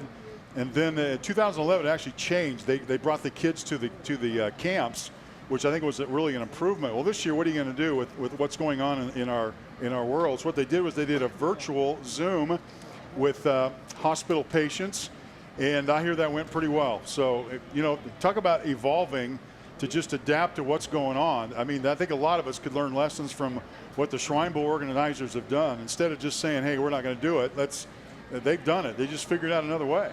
Yeah, and it's really been the tradition. These guys are able to find answers in their hospitals. And the reason why they used to fly to St. Louis, and I was lucky enough to do that, is because that's where a Shriners Hospital is. So we went there, and there's never a charge for anybody who uses the hospital. That's what the Shrine Bowl is all about. That's what the Shriners are all about. So we went and saw the kids, and it was very good, and it really affected our lives. It taught us something for the rest of our lives. I'm telling you, it's life-changing. But then they decided in 2011 to bring the kids. Well, you know what it was? Just as effective. You go, okay, they made a great adjustment. And this week, I was really wondering, were the players really going to get the intent? And talking to the coaches who've been around the game, they said absolutely. They had one person who was able to show up in person, a lady that's now in college, and they had a great time on the Zoom. So these kids got a great adjustment as well. Cade Melvin to the end zone. Touchdown, West squad. West takes the lead in a 1-yard plunge from Caden Melvin, and that's a drive that started at the 17-yard line, an 83-yard drive for the West squad. And hold on. The officials are talking. I don't see a flag, but it looks like just from the reaction of the crowd, they're very likely something happened. The West squad went to its heavy set, and there's a flag on the field. All right. So much for the touchdown call. I was really revved up and had it going, but we're going to do this again. And probably not just a 4th down and 1, but 4th and more. Like conduct. Number 81 of East. 15 yards be forced on the kickoff. Try. All right, so 1 yard plunge will count the touchdown. Correction, 81 West. Yeah, he points to the west and says the east. I think he's still trying to throw us off, but this time he means west. All right, so 6-3 is our score here. Extra point coming. Kicker for the West squad is scheduled to be Joel Montgomery. But the kicker I see for the West squad is Brady Dinkle out of St. Francis. And he is a lefty. All right, so Brady Dinkle out of St. Francis, 6'2", 185. Holder is Bo Foster out of Dodge City, and it's a fake. Looking toward the end zone, and it's caught. 2-pointer. How about that for a little wrinkle to the Shrine Bowl? Did I tell you the little hint that the West isn't going to kick? Ty Garrett out of Salina South catches the 2-point conversion and make it 8-3. They give you these secret plays that I don't get, and that's why. Well, I'm going to complain I about like that. talking about football a little bit too much, and they didn't have a kicker assigned. You know, they just have a bunch of all-stars and not guys who are ready to kick, so they faked it. Yeah, they faked it. 8-3 is our score. Let's go to Leon Liebel. Leon. We got a very special guest with us, one of the greatest football players in the history of Kansas State University, the great quarterback Michael Bishop. And Michael, great to have you back in Kansas. You're representing one of our great sponsors, Mammoth Construction, and great to have you here. Yes, sir. I'm glad to be here, and I'm excited to see some football. Right now, the only football being played in the state of Kansas, so it's exciting. I met the guys earlier. They're all excited. It's a great cause. So definitely looking forward to having a great time here. And you told me you played in some high school all-star games back in the day. Yes, sir. I was able to play in Texas high school football and then Texas baseball all-star game as well. Now, what are you doing these days besides representing Mammoth Construction? Actually, ambassador for Mammoth Construction, sports construction. So everything is going well. You know, it's a great business, and the slogan is it's more than a field. So, and I think it's more of a community deal. So everybody's enjoying it, and they're doing some great work. Runner-up for the Heisman Trophy in 1998. Yes, sir. You're on the ballot for the College Football Hall of Fame this year. How important would that be for you to make that? For me, it's definitely important. You told me it's overdue. It's overdue. It's long overdue, but I feel great if I get in. But I'm also, taking the great state of Kansas, the fans, all the guys I was able to play with at K-State. So if I get in this year, I'm taking everybody with me. So I'll make sure if I give a great speech, and I thank everybody because it's more than just me. There's a lot of hard work that went into it, and I'm just blessed to be in that situation. Well, I think a lot of people, a lot of football fans in this state of Kansas and across the country really think you deserve that. What 2 great years at Kansas State before that? Yes. Junior college, the national undefeated 2 national championships. 2 national championships, yes, sir. And again, finished second to Ricky Williams in the Heisman in 1998. Should you have won that? I definitely should have won. They're still debating that, aren't they? Yes, they're still debating, but I mean, hats off to Ricky. He won it, and but in the back of my mind, I still play it back and wish they would call my name for that trophy. But he did a great job, and he deserved it. But if something ever happened and they have a situation where they take it back, I'll take it. All right, you told me you still throw that ball pretty long. I can still throw it. Yes, 90 sir. yards? You told 93. 93 was my furthest throw, but right now I'll probably be able to do it 65, 70 yards. All right, Michael Bishop, the great one. Mark, Stan, back to you. Thanks, Leon. Stan caught up with another former K-State quarterback, one to another. So that was kind of a neat conversation between you and Michael. Yeah, you don't talk about the Heisman with me, but I called all of his games. That counts. And I called all of Colin Klein's game. Both those number 7s did pretty well. Colin Klein third in the Heisman voting. But you think about that year, 1998, Michael Bishop's senior year starting. K-State got all the way up to number 1 in the country, beat Nebraska for the first time at home. Free kick out of bounds. Since 1959. 5 first time they yards beat on the Nebraska at all since 68. 40-30 behind Michael Bishop. And they actually played Texas that year. and Ricky Williams got stuffed. He gained less than 50 yards. You know why he won the Heisman? Why did he? Because later he gained some yardage. Okay, Okay. plays for Texas. But then around Thanksgiving, he ran over Texas A&M. I mean, he had a credible run. Brent Musburger calling it. I'm telling you, if that was K-State's defense out there, he would have got stuffed. And Beasley, Michael Bishop would have been the Heisman Trophy winner. Yeah, It's A&M's defense that messed this whole thing up for Michael Bishop. But if he makes the Hall of Fame, he joins Coach Bill Snyder in the College Football Hall of Fame and Mark Semino from Smith Center and K-State. That's a very prestigious list. Carter Morrow to kick off for the West team, and the East is going to handle it this time. The first kick went out of bounds, so a free kick, and the East gets another opportunity, and the ball is run back to about, we'll call it the 38-yard line. The East will begin their drives. 8-3 is our score. West leads East here in this 47th annual Kansas Shrine Bowl. The West put together a drive of 87 yards. The East has their 3 points via the field goal here in the second quarter of action. Again, if you're watching, this is live action here in Topeka. Just the third football game since the XFL was shut down in March. The Nebraska Shrine Bowl was a week ago. That's a pretty cool honor to have. And there was another high school all-star game, state against state. It was Indiana versus Iowa, something like that on Monday night. So this is the third one. Ball moved forward to the 43, 44-yard line. What always amazes me about this ball game is Quinn Busing from Axtell back running the controls for the East squads. They have to put a game plan in less than a week. And the coaches every year tell us the same thing. Hey, they're all-stars. They're incredibly smart. They just know the game. That's why they're playing in this thing. And they didn't dilute their strategy at all. They brought it. And they go, wow. If I was with my own high school team, there's no way they would have learned this. But these all-stars picked it all up. Second down and 5. Ball forward to the 45-yard line. The carry by Connor Haviland out of Humboldt. He's headed to Pitt State, and he picks up enough yards to put the East squad within third down and about 4 on the play. The West drive was really impressive because they got the passing game going.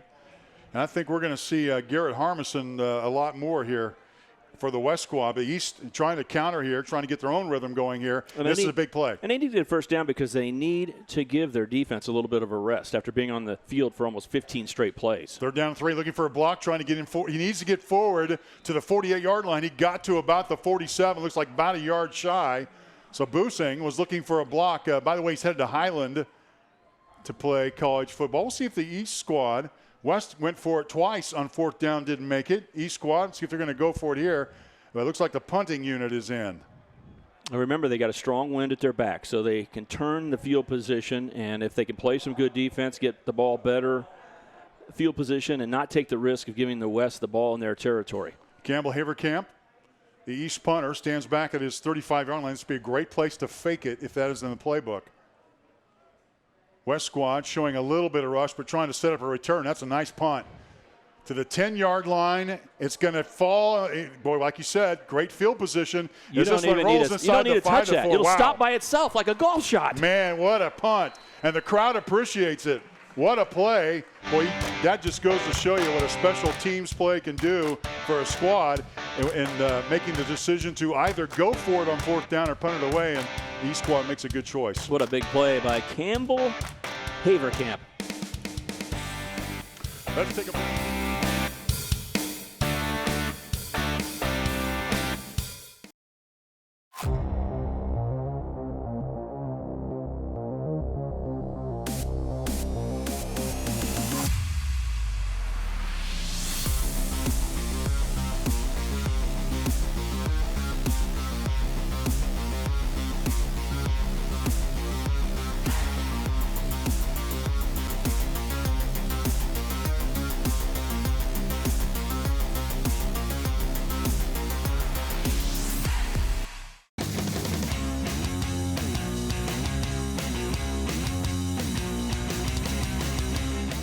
At Emporia State University, you can be yourself.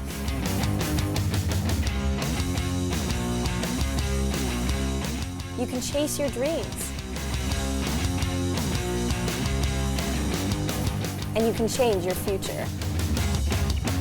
Start discovering Emporia State University today. Sports are full of empowering moments. The game-winning field goal, an athlete overcoming an injury. At Cotton O'Neill Orthopedics and Sports Medicine, we live for those empowering moments. Our team is well equipped to care for all sports-related injuries. Our experts tailor-make treatment plans to fit you, because when it comes to winning, there's no one-size-fits-all approach. Discover the many ways Cotton O'Neill Orthopedics and Sports Medicine can empower your victories. So, what is love? Love is being independent. Love is dancing. At Shriners Hospital for Children, love is a new smile. At Shriners Hospitals for Children, love is caring for a child regardless of the family's ability to pay. Learn how you can send your love to the rescue at lovetotherescue.org. With Stan Weber, I'm Mark Ewing in this final minutes of the second quarter, 3:19 to go before the first half ends. And the West leads the East by a score of 8-3. The West team forced an East punt. And look where they get to start, in their own 3-yard line, the shadow of their own end zone, or at least their own goalposts. And this will be a tough place to be for the West to operate. No room for error here. They give us to the back. And the back's going to get a little bit of space up to the 8-yard line. Tackle was made there by, among others, Tabor Vetter from Wamego. Said his name a couple of times.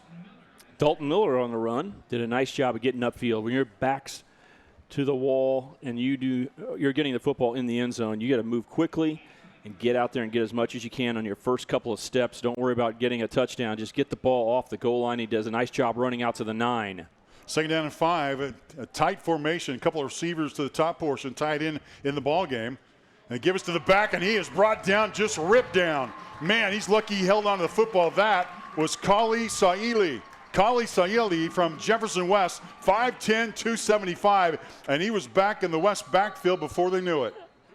What a good play, getting through the line of scrimmage, busting in there, and a nice play. He's a captain for this team today, and he just ran right around the offensive lineman, beat him to the football. Jacob Fredrickson could not get his hands on him, and a big play. East is able to call timeout because they want to save time and force the West to punt. Back in the year 1974, it all began. The East squad beat the West by a 16-14 count in the very first Kansas Shrine Bowl. It was played at Memorial Stadium on the University of Kansas. In its early years, the game rotated between K-State, Kansas, and Wichita State, but in the last decade or so, it has been hosted by one of the 4 Division II schools in the state of Kansas. It's also been played in El Dorado and played in Dodge City. The interesting thing about this is the 47th edition rolls into Topeka with another lineup featuring the best of the best in Kansas. As originally it was supposed to be at Washburn University. Yager Stadium, great setup, would have been terrific, but they had to shut down the campus. COVID-19 came in, and all of a sudden everyone was thinking, at least I was thinking, what if the Shrine Bowl is in doubt? But they actually looked at some other places to play. But they said, hey, let's move about 2 miles to the north and look at this beautiful place to play football. That was a great decision. Topeka still gets to host the game. And, I have to say this also. This is USD 501. So you go from a college campus to really the high school 501 being in charge of this. And the 501 steps up and says, hey, we'll provide transportation. We'll get the restaurants to step up. And because they had to shut down, of course, the cafeteria at Washburn University, it presented a bunch of problems that they have solved in getting this game to this point in time. The logistics are incredible. The help by everyone, the county allowing them to follow procedures and still play. B.J. Harris, who runs the game, did a fantastic job. Ball in the end zone under duress, looking for receivers, got one, 10-yard line. It's going to be close to a first down. In fact, he probably got it. Key third down play. The catch was made, and Jeremiah Brown skipped out of a tackle and has the first down on the play. Brown caught the football short of the first down. It was just amazing to have a completion with the pressure coming behind the quarterback. Got rid of it just in time before getting tackled at the goal line. But getting the completion is one thing. Getting the first down is worth so much more. After the catch, he's able to push upfield and fall forward for a first down. First down and 10, 17-yard line. 3 receivers to the near side of your screen on the rollout. Looking for one. Has some time. Goes downfield. A wobbly pass is intercepted. Intercepted by Campbell Haverkamp. And Haverkamp to the 30s. And inside the 30 down to the 26-yard line. And he was simply waiting for that one to come down. And an interception, his second of the ball game, made by Haverkamp. And that ball was thrown up for grabs against the wind. We talked about why you might throw it low. The wind might push it down, but it's still safer than getting it up in the wind and having it float. And that's what happened to Jackson Cavanaugh as he rolled to the right and threw it up. It ended up floating, and Haverkamp makes his second interception of the game, gets a little bit of a return to the middle of the field, and the East has great field position here at the 27-yard line. It'll be the third time in the ball game that the East will begin in West Territory. First down and 10, 27-yard line. Single back, single quarterback. Give us to the tailback, who gets it forward inside the 25 to the 24-yard line. And, simple football sometimes at this point is the way to get it done. And that was a simple play and a simple carry for Connor Hayes. Yes, and they can speed up their offense, and they probably will with the clock running. The East has one timeout left, just over a minute and a half, so they can't just take all the time in the world. They need to speed things up, which isn't easy. These guys haven't practiced together very long. Second down and 8, ball at the 25. Finding receiver, got one. 20-yard line, knocked down the 17-yard line, a little crossing route. And that play made by the receiver, C.J. Horton. Fort Scott, he's headed to K-State in the fall. And quickly the East gets to the line of scrimmage, first down and 10. Ball set at the 17-yard line. The big guy looks like a tight end, and he's likely to be a tight end at Kansas State. Quinn Boosing, the quarterback, now empty house backfield by himself. Looking toward the corner of the end zone, looking for a receiver. Pass is incomplete. The receiver, who was Tabor Vetter, made a cut, and that pass went right over his head and sailed into the end zone. Well, when you have the wind behind you, that's going to push the ball a little bit faster, stay up in the air a little bit longer. And Boosing had that throw overthrown, didn't go to an interception. Very fortunate about that, but he didn't realize it. He had big-time pressure on his back. Remember early in the game when Hunter Yeager was coming off the edge, blitzing? Yes. And causing havoc. That time he was almost there for the sack again. West leads East 8-3. East trying to retake the lead here. Final minute of the first half. And under pressure. Pass arched the end zone, nearly intercepted, incomplete. And a flag is down. Is it defensive interference on Scotty Easter, who is from Andale, or did C.J. Horton push off? Late. C.J. Horton gave a push right at the end, but was that the reason for the flag? Discussion taking place on the field. Again, the line of scrimmage is the 17-yard line. As we take a look at the replay, you make the call. Boy, he was under pressure when he just arched that out, just a couple yards short. He was underneath him, and he may have shoved him getting body position. If you just see the end of the play, you see that he made a play on the ball, but it's right before then where there may have been contact, because the positioning looked good with a taller player at 6'6". C.J. Horton had a big chance to catch the ball. The defender ended up being in the right place, but there was too much contact while the ball was in the air. Defense, 4. Half the distance of the goal. Still second down. So original line of scrimmage 17. They'll move it half the distance to the goal. It's not a spot foul. That's a big deal. That's right. In college football, it would be a spot foul up to 15 yards. Pros would be a spot foul no matter what. Here it's half the distance. So instead of getting the ball near the goal line, they're still going to get a good situation, but it's at the 9-yard line. Plenty of time. Minute and 1 second left for the quarterback. Quinn Boosing out of Axtell to get his team into the end zone. Receiver goes to the right to the left side, and now he draws his slot back, and he gets the ball. Does Gabe Garber from Sabetha, gets it close to the 5-yard line. The thing about the running play is clock's going to keep on moving. Well, they stopped the clock to move the change because, forward, yeah. And now they quickly start it back in modern football. So the clock is running. All right, inside 45 seconds to go right now. First and goal, though. Boosting at the 10-yard line, empty house backfield under pressure. Throws a pass. The receiver looked around at it, but the ball was headed his direction, was Storm Slupiniak. But he turned around. That ball was on the ground when he looked around. So the kid out of Marysville, 5'11", 195, headed to Kansas Wesleyan. They tried to make that happen, and the East team gets a chance to redraw that play. Remember, East does have one timeout left, so they could run the football and call a timeout. They do not have to throw the ball every down. All right, second down here. And goal, 5-yard line. Boosing, arching pass toward the end zone, looking for a receiver. It's caught! It's caught in the end zone, but incomplete. It rolled away from the receiver at the last moment, and C.J. Horton of Fort Scott had it, and then he did it. What a nice defensive play. Boy, the East fans on the near sideline thought that was a score and left their seats. Take a look again. Boosing made a nice throw, made it a jump ball, got it to his big guy, and he had a chance to pull it in, but fighting for the defensive position, finally knocking it away, was the defender, Carter Morrow. knocks the football away. So now it's third down.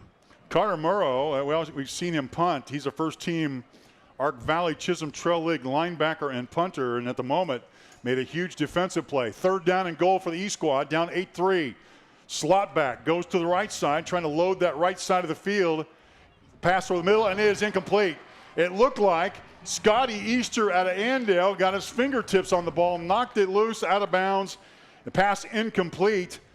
And that'll bring up a fourth down for the East squad. That's an example where a quarterback's looking to his right, thinking he knows what's happening, but he doesn't realize to the left there's an extra guy there who could have picked it off. He thought he had Gabe Garber in the back of the end zone. Yeah, boy. Boy, sometimes you got to look ahead of the receiver. Yeah. There's so much to look at in a very short period of time, but boy, it is awful when you're a quarterback and you say, I didn't see that green jersey pop up. And if he and waits, happy that he dropped it. If he had a little bit of time, he was headed to a really empty space on the left side in the end zone. Instead, a field goal attempt coming here. It'll be a 22-yard attempt for Evan Rinaldo. Kick is up, and it is no good.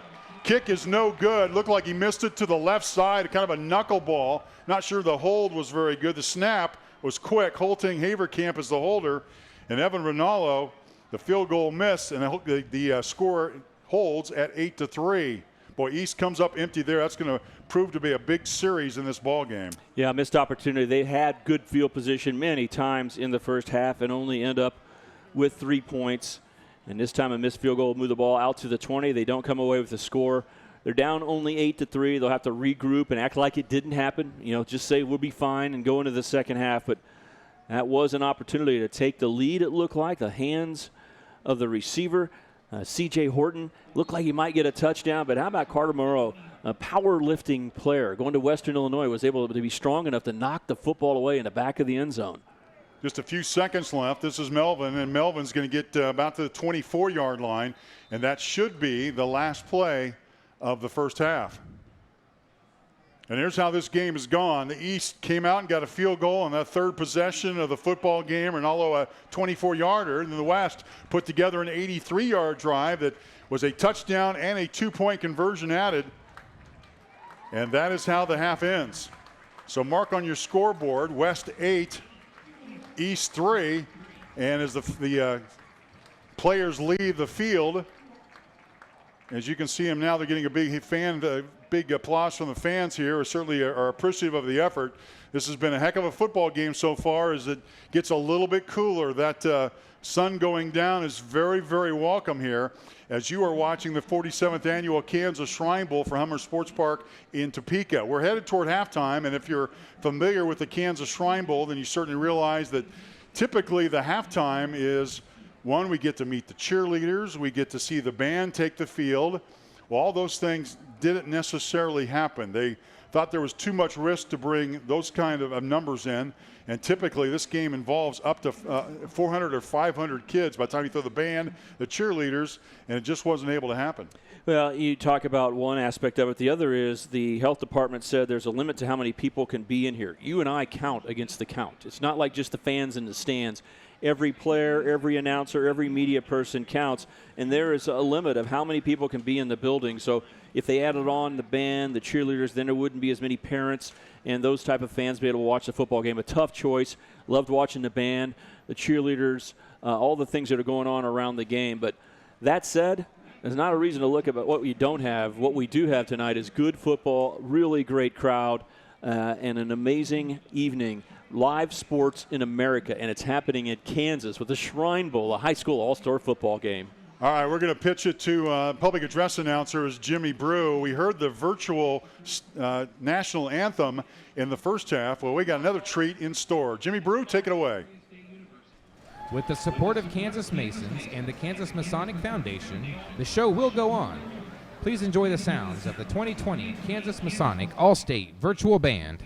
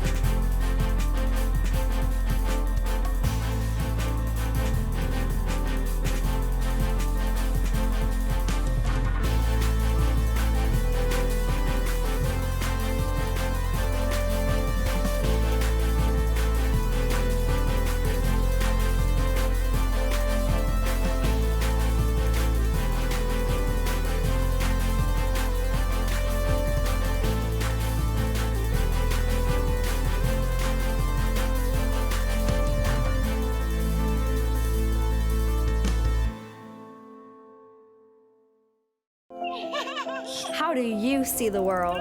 Ha! At Shriners Hospitals for Children, we know that changing how you see things can turn them into everyday miracles. Like riding my bike. Breaking boards. Ha! Hugging my mom. Every day for over 90 years, Shriners Hospitals for Children has been sending love to the rescue, regardless of a family's ability to pay. If you know a child we can help, call or go online now. Well, we've reached halftime here in the Hummer Sports Park, Kansas Shrine Bowl, the 47th time around. This is a year we'll probably remember and talk about for years to come because of all the obstacles they had to face and the fact that they had to alter their schedule, change what they normally do. When a game has tradition, you kind of get in a rhythm and a routine of your own. It's difficult to change. So, boy, give them all the credit in the world to the executive director, B.J. Harris, and his staff for making that happen. When one of the changes, obviously, Stan, was the virtual band. I thought that was just terrific. The kids couldn't be here to play, which they would have loved to have done. So instead, they played from their homes. Zoom, which became a new thing about, 3 months ago? And that was tremendous. That was just absolutely terrific. A little tidbit about Zoom. A lot of people had no idea what Zoom was, but they actually have a major presence and employees in Kansas City's area. Oh, is that right? In Overland Park. Huh? There's an office there. So I actually I didn't know that. I knew the CFO and others from California, from San Jose, California is where their home is. So I knew what Zoom was, but, man, now everyone knows what Zoom is. It's been so helpful. But putting a band together and having them play, that was awesome television. And they did a good job here. Even though you couldn't see the video screen like you saw on your television coverage, they heard it in the stands here. So they got to hear the band play here, and you got to see on the TV opportunity. Amazing to coordinate all that, and great job by those band players once again this year. And we take a look at the stands. Some of the fans are headed toward concessions or other, but I want to point out, as we made our way to the press box, which isn't an easy climb on a day like today, but every other row you can't sit in. So they have a sign there as you walk up the steps, no one can sit here. That helped with their social distancing, but they had to think about everything. There are arrows up and down on the steps. Right, So you go up or down. The arrows show you where you're going to go. The fans were very considerate of all of that. And when I came up after our pregame show, before I ran up to the booth, I stopped and I said, how much fun are you guys having watching a real football game here in just about 20 minutes? Yeah, and, right. And everyone, you couldn't see smiles on their face because they had their masks on, but you could see the emotion in their eyes. You could see, and they even said, yeah, this is great to watch. People play football is so much fun, and I think the audience is probably incredible right now looking for some live football. And we got a game that's 8-3. Anything can happen in the second half. Let me, while they're on the field at the moment, gives me an opportunity to introduce some of the fine Shriners from the state of Kansas. Brian Wilson, Larry Dane from Topeka, Darryl Ryan from Salina. They're being introduced to the crowd. Fred Smith is out of Wichita, Rick Horn out of Pittsburgh. And so they're getting a chance now to receive applause from the fans for all their work. And they also had some other folks, the board of directors, Steve Amisager. Steve leads the the 15-man corporate board of directors, and Steve on the field. So let's go back to the PA. He'll do a better description of what's on the field. Jimmy Brew. Jimmy, take it away. Our corporate sponsors go beyond merely advertising during our event. They become our partners by helping us to help others. These companies and their employees are great humanitarians. We will now have presentations by some of our sponsors. The mock-up checks you see being presented by their company representative or a Shrine Bowl volunteer represent cash contributions, gifts on kind, and expense payments.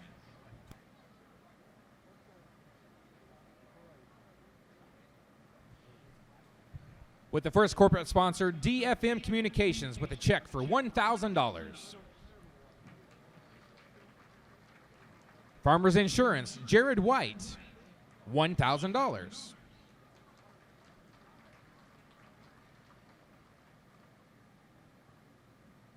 Pittscraft Printing, with a check for $1,000.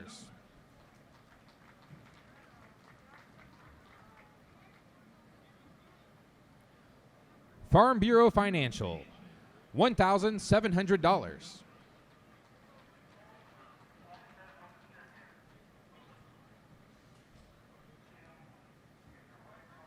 Arab Golfers, with a check for $2,238.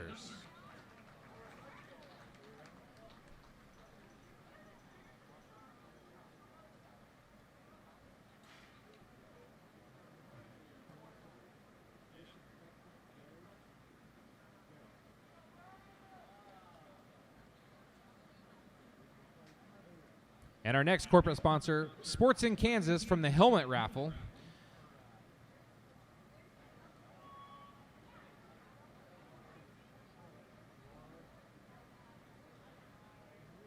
With a check for $3,500.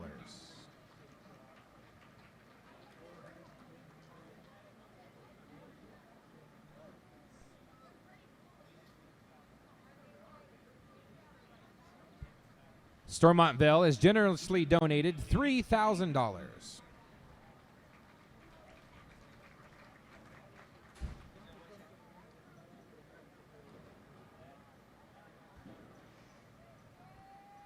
And the city of Topeka presented a check for $5,000.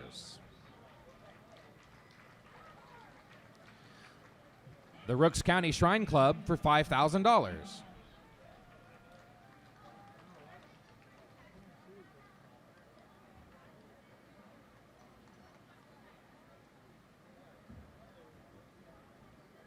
Champion Sports, $5,000.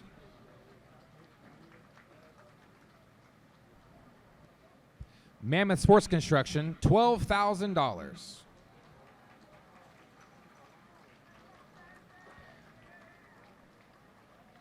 And presenting the check for Mammoth Sports Construction,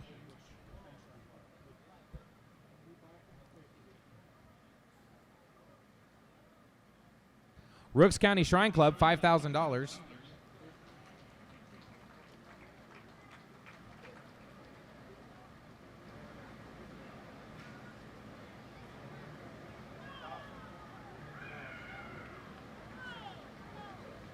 And donating the check from Mammoth Sports Construction, Kansas State University legend Michael Bishop with a $12,000 check.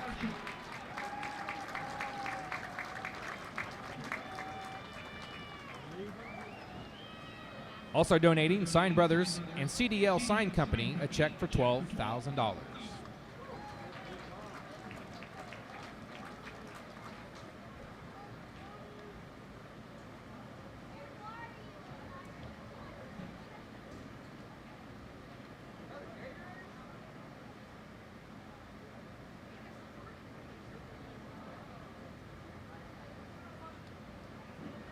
The Kansas Masonic Foundation donating $15,000.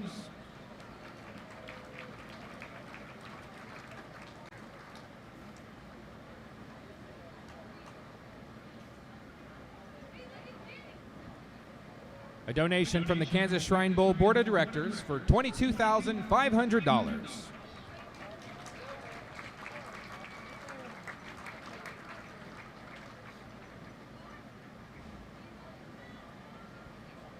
And lastly, a generous donation by the Midian Touchdowners for $23,000. Thank you for all of those that have supported and donated to the Kansas Shriners Hospitals. Not only for the game, it's for the kids.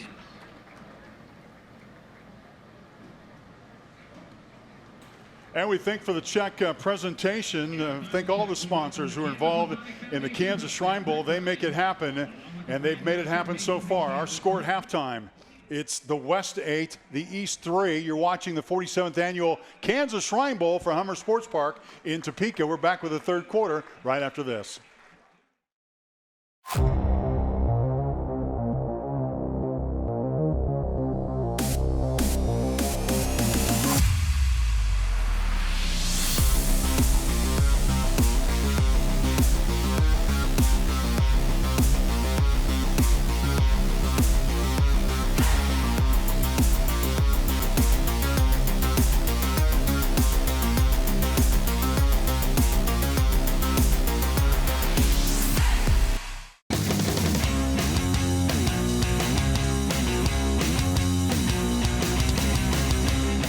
At Emporia State University, you can be yourself.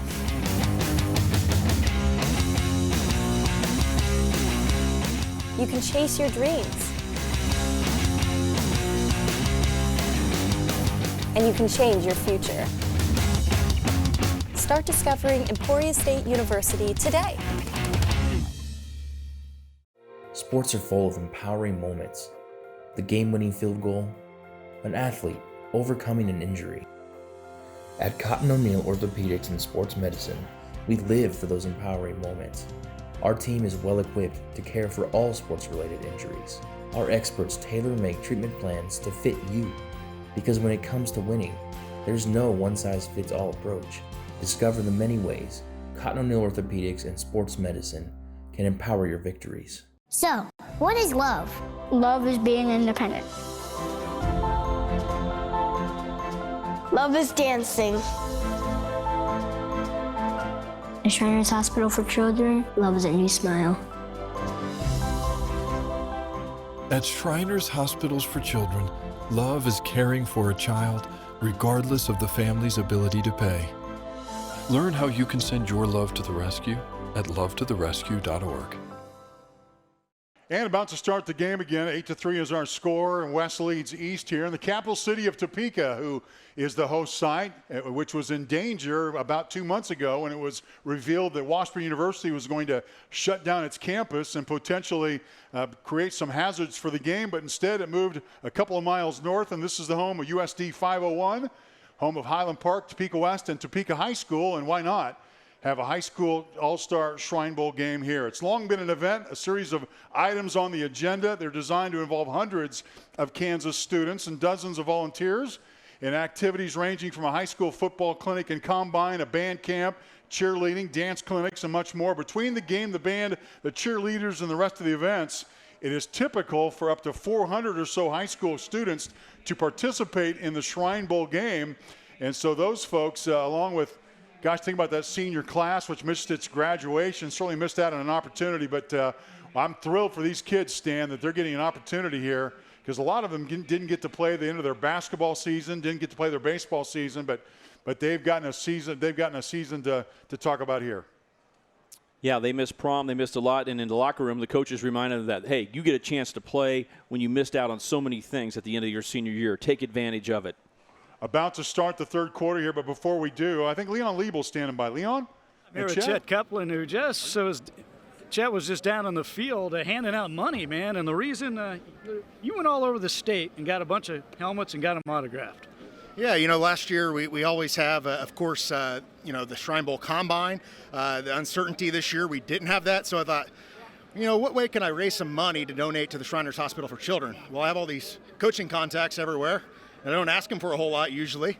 And sure enough, they donated some helmets. We raised some money for it. We're going to pick 10 winners across the state of Kansas tonight.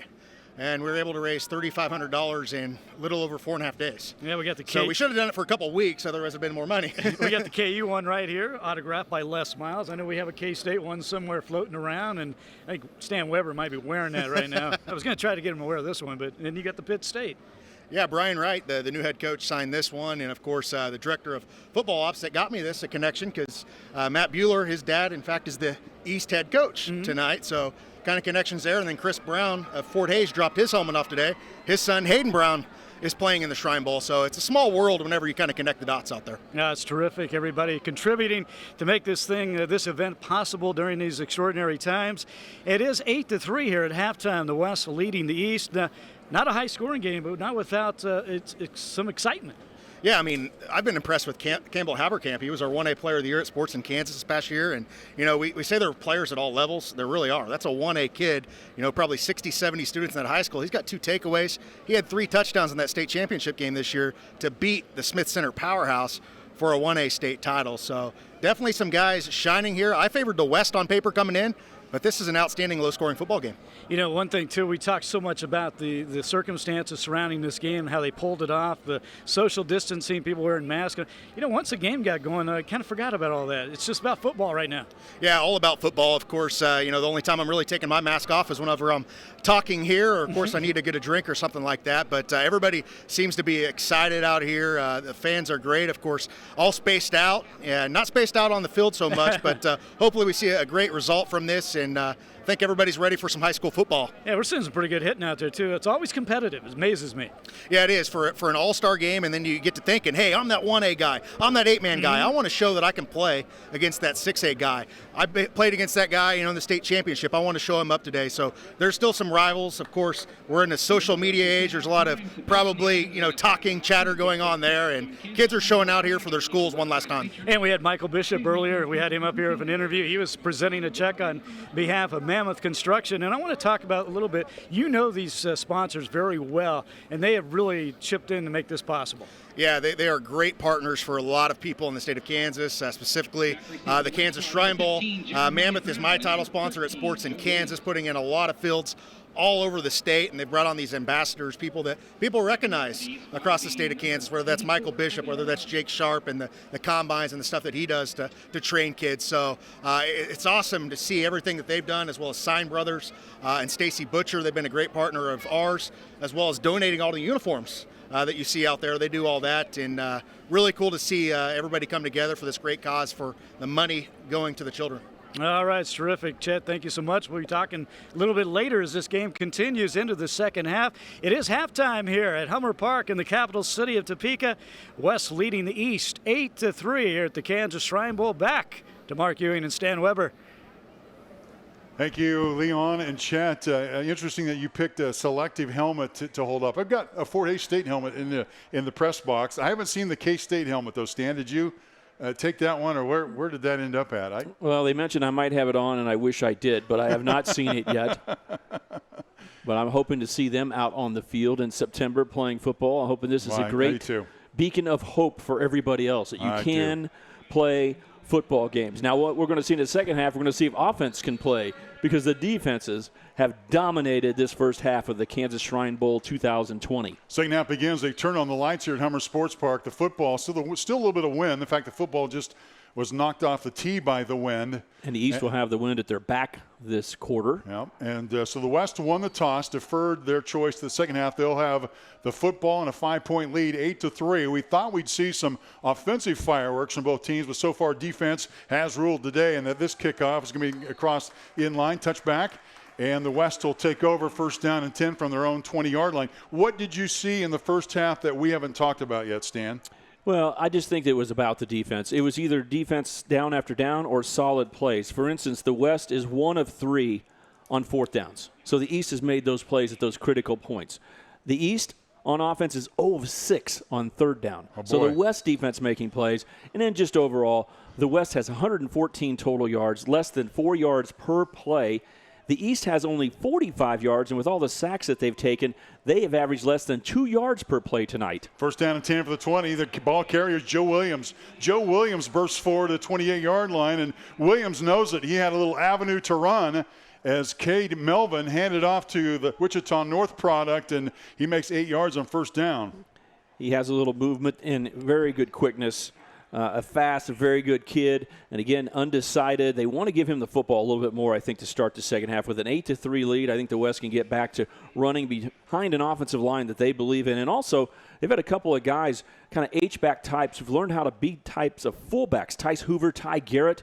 There are a couple of guys that have learned how to block well. And there's their spread. Melvin's going to keep at 30-yard line, going to get the first down to 31. 4 receivers spread, a little misdirection, and Melvin keeps the football at a Norton community. And he can run it a little bit, and he's shown some stealth there. Look at number 1 right there. I want you to think about this story.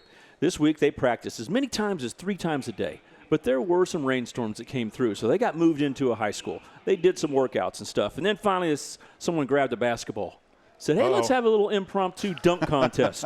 You know who won the dunk contest? Was it Melvin? 6-foot Cade Melvin. Is that right? With a hammer throwdown, one-hand dunk. Ball at the 32 is going to keep it, fake the pass. He's met at the line of scrimmage by a host of red shirts, including Ethan Shaver out of Riverton. Shaver, we've called his name repeatedly, and among the things that he's responsible, he's a member of the school select choir, so he's singing up some defense for the E squad. I've never seen so many players who are participating in the Shrine Bowl who also have singing as an extracurricular activity.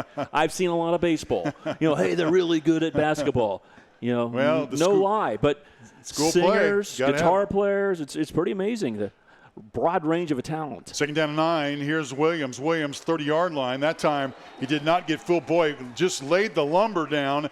Did Bryce Uphouse. He got some reaction from the crowd. Nemaha Central, a top 33 player, and he's showing why. Boy, watch him just perfectly get his helmet. Just perfect on. Yeah, across the bow. Yeah, you know, that's what they say. When you make a tackle, you want to get your head on the opposite side of the runner from the direction that you're coming. You don't hit helmet to helmet. You hit shoulder, but you get your head across, and it becomes a big contact and drove him out of bounds. This is East's chance. They got the West 3rd and 10. 3rd down and 10. 3rd down and long for the West squad on the rollout. Melvin passes complete, 40-yard line, looks for some space, and probably got it. What a nice move on the end of that catch from Terrence Adams. Check that. It was Trey DeGarmo out of Andover Central. Trey DeGarmo on the end of the catch. That's great run after catch. There's 4 guys there, and he somehow dove forward and barely picked up a first down. So rather than facing a big decision, 4th down, go for it in your own territory against the wind, punt into a wind, they keep the drive alive. Nice pass by Cade Melvin, but an even better run after catch for a first down for the West. Boy, you can see a little confidence growing on Cade Melvin as they start to get a little bit of confidence here. And this is Williams again. Williams crosses the 45 up to the 47-yard line as he continues to get some carries for the West squad. Young man wants to be a fireman later in his life. And they really want to get him going in practice. He was hard to stop when they had their scrimmage opportunities. The West defense is going, boy, Joe Williams, the third, is hard to play against. And they really didn't get him going in the first half very well. But here in the second half, they've gained as much yardage here on this possession as they have almost all game. They've had one good drive tonight of 83 yards. 2nd 6, ball at the 46. Here's Melvin. Thought about passing, now does. Has a receiver caught. Midfield, now the 45. Jeremiah Brown, Wichita West product. Inside the 44. West is inside East territory. And the yards after catch important. And the West squad has managed to get first downs after the catch is made. Getting the ball in the hands of the City League players from Wichita, Kansas. We talked about Joe Williams from Wichita North, and there Brown from Wichita West making a catch. And the West has moved the ball over the midfield line. And remember the big drive they had earlier for the touchdown was against the wind. So it's awesome if you can drive against the wind and burn up the quarter where you're facing the wind. This time, 25-30 on the loose, 20, 15, 10, 5. This is Trevion Mitchell from Maize South, touchdown West squad, and the West extends its lead on the East to 14-3. Dalton Miller busts up the middle and takes it to the house. Big time blocking up front. And those aren't human cutouts. Those are real people in the stands. Worthy to point out. Here you see the motion. He stepped to the right, but he bounced back to the left and ran right up the hash mark and bursted in. One of 3 running backs working tonight for the West. Dalton Miller from Great Bend takes it home. Yeah, Dalton Miller comes off the bench to get the carry. All-purpose yards in high school, 4,680. That's all-purpose yards, 46 touchdowns. And here's a 2-point conversion try coming. Got a receiver, he's open. Catch is made, being knocked out of bounds. Knocked out of bounds by Hunter Moon. Very alert defensive play, and it'll stay at 14-3. We take a break here. West moves down the field 80 yards. They score their 2nd touchdown of the game. West leads East 14-3. We're back to Topeka in just a moment.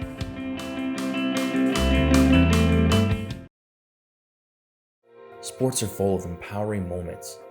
The game-winning field goal, an athlete overcoming an injury. At Cotton O'Neill Orthopedics and Sports Medicine, we live for those empowering moments. Our team is well equipped to care for all sports-related injuries. Our experts tailor make treatment plans to fit you. Because when it comes to winning, there's no one-size-fits-all approach. Discover the many ways Cotton O'Neill Orthopedics and Sports Medicine can empower your victories. I had no idea you did that. We hear that a lot. You probably know that CDL is #1 in electrical services for your home and business. But we do so much more, like plumbing, heat and air, security cameras and alarms, generators, solar panels, even signs and banners. So now you know. CDL is one company with so many solutions for your home or business.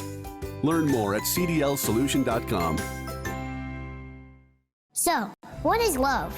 Love is being independent.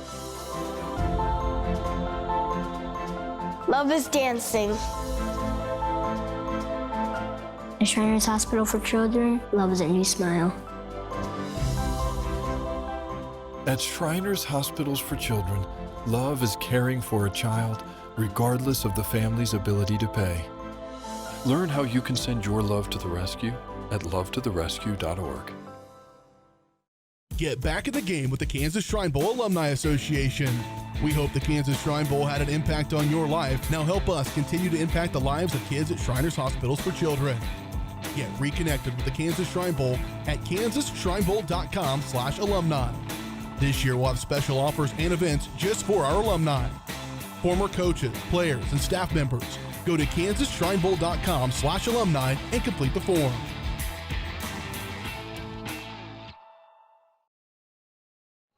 Great Bend's Dalton Miller goes 44 yards to pay dirt, and the West with another long drive early in the first half. They had a drive that went 83 yards. This one goes 80, and the West leads the East by a score of 14-3 here in the third quarter, 8:01 to go. And now it's the East turn to respond, to see what they can do. Short kick, 28. Now it gets out to the 35 as the kick is returned by Campbell Haverkamp out of Centralia. We said his name more than just a few times. So East, chance to counter here before they fall too far behind.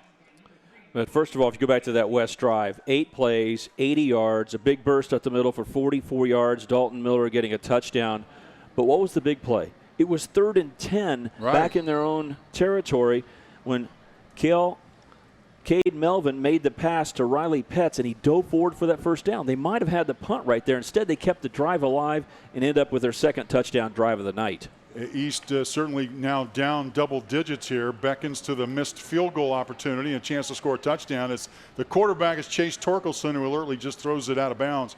No receivers downfield. Broken play from the East squad, and there to help break it up was one of the key performers defensively. Looks like Trey DeGarmo. DeGarmo's had a pretty nice game. He's out of Andover Central, and he's headed to Cali.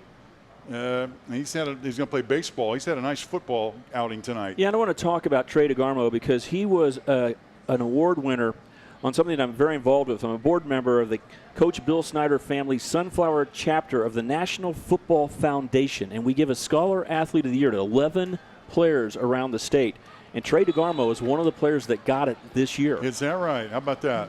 Well, congratulations to him. Meanwhile, the tight end, Drake McCall, passed to him, couldn't hold on to us. 3rd down and 10 for the East squad. This is an organization that's been in play a long, long time, and I've been a board member since my son Landry Weber was lucky enough to be awarded one of those Scholar Athlete Awards, and then I ended up getting on the committee, and Coach Bill Snyder agreed to put his family's name on there, so it's now the Coach Bill Snyder Family Sunflower chapter. Mark Semino is now joining our group as well.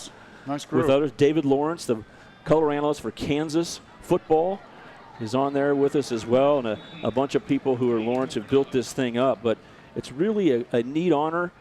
Coaches, you need to understand this. You need to nominate your players to play in the Shrine Bowl. You also need to nominate your players to be National Football Foundation Scholar Athletes, because it's only for seniors. It's football mostly, but it also includes academics to a big degree and then outside extracurricular activities. So it's really a great award. Boy, it really sounds like a super award. East comes up about 3 yards shy of a first down, 4th down, so the East will punt the ball away, down 14-3 here in the third quarter, with their punter standing back at the 30 and under some pressure.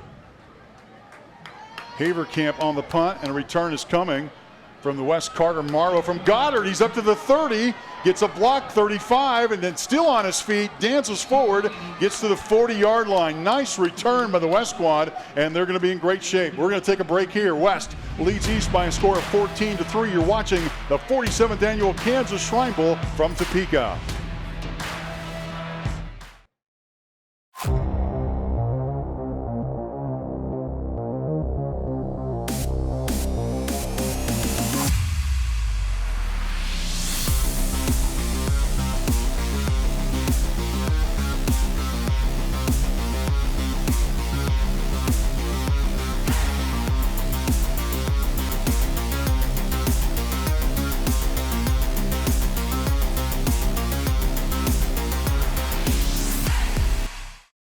Sign Brothers, a proud Shrine Bowl partner, is more than your average sign company. We go statewide, specializing in all types of messages for sports and schools. Wall graphics for locker rooms, gyms, or school entry areas. Sign Brothers will design and install graphics that get your students and players excited about this school year. They also make banners, field and gym signs, plus all types of custom COVID messages for directions and social distancing. So reach out today for custom designed signs and learn about our special pricing for your school or business.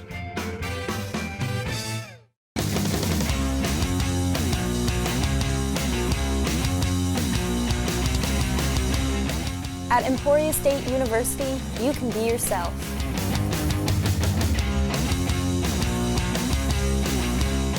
You can chase your dreams. And you can change your future. Start discovering Emporia State University today. My daughter was diagnosed with scoliosis. Connor's right leg was shorter than the left. Her issues were so rare. I wanted a doctor who's experienced at treating my child's exact condition. That's why we went to Shriners Hospitals for Children. These doctors develop the most advanced procedures. They do so much research. With some of the most innovative doctors in the world. And they put all their best thinking, all their love into healing my child. And they did it, regardless of our ability to pay. My daughter is who she is today because of Shriners Hospitals for Children. West leads the East 14-3 alongside Stan Weber. I'm Mark Ewing. The West team gets the football back after just putting together an 80-yard drive and an opportunity here to perhaps break the game loose. At the moment, the East is still within arm's reach. The West can change that. There's Harmison, the quarterback, into the ball game, gives to his back, gets about 4 yards. Harmison, the quarterback out of Riley County, he had a really, really good first half. In fact, he drove that 83-yard drive. He was really responsible for at least completing 3 or 4 passes in a row. The West needed to run the ball. That was a strength of their team, but they needed to get some passing going to really break it open, and he did that on his first possession into the ball game when he drove his team 83 yards, and it was completing some passes right off the bat that got things going. To his right is back Hayden Brown, 5'10", 180. The receiver on the end around gets the ball, but he is tackled and tripped up by Quinnet Busing. Is that Busing playing? Let me check that number. That can't be right. Let me check it again. Colby Holting of Olpe got the play. Spent 4 years on the honor roll. Among the things that he's responsible, Eagle Creek Saddle Club member. That's unusual. From Olpe, Kansas. 3rd down and about 8, but that's a big play. East needs to get the football back, down 14-3, and now the West team with a long 3rd down conversion here, and the East with an opportunity. Back to drive, throws the ball, and nearly intercepted, incomplete. It was intended downfield and broken up by, guess who? Colby Holting again. 5'9", 162-pounder. He has been the player defensively on this series for the East squad. Yeah, he wants to get a welding degree at Flint Hills Technical College. And that time rolling to the left, which is not an easy throw. Garrett Harmison has made that throw well tonight. Fired the ball like a dart, and this time it went over his receiver and into a dangerous area. He's fortunate it did not get picked off by the East, but into the strong wind, will the West be able to get a good punt off? That'll be the question. With Carter Morrow, he was all league in his conference from Goddard as a punter. Stands back at his own 28-yard line. Line of scrimmage is the 42.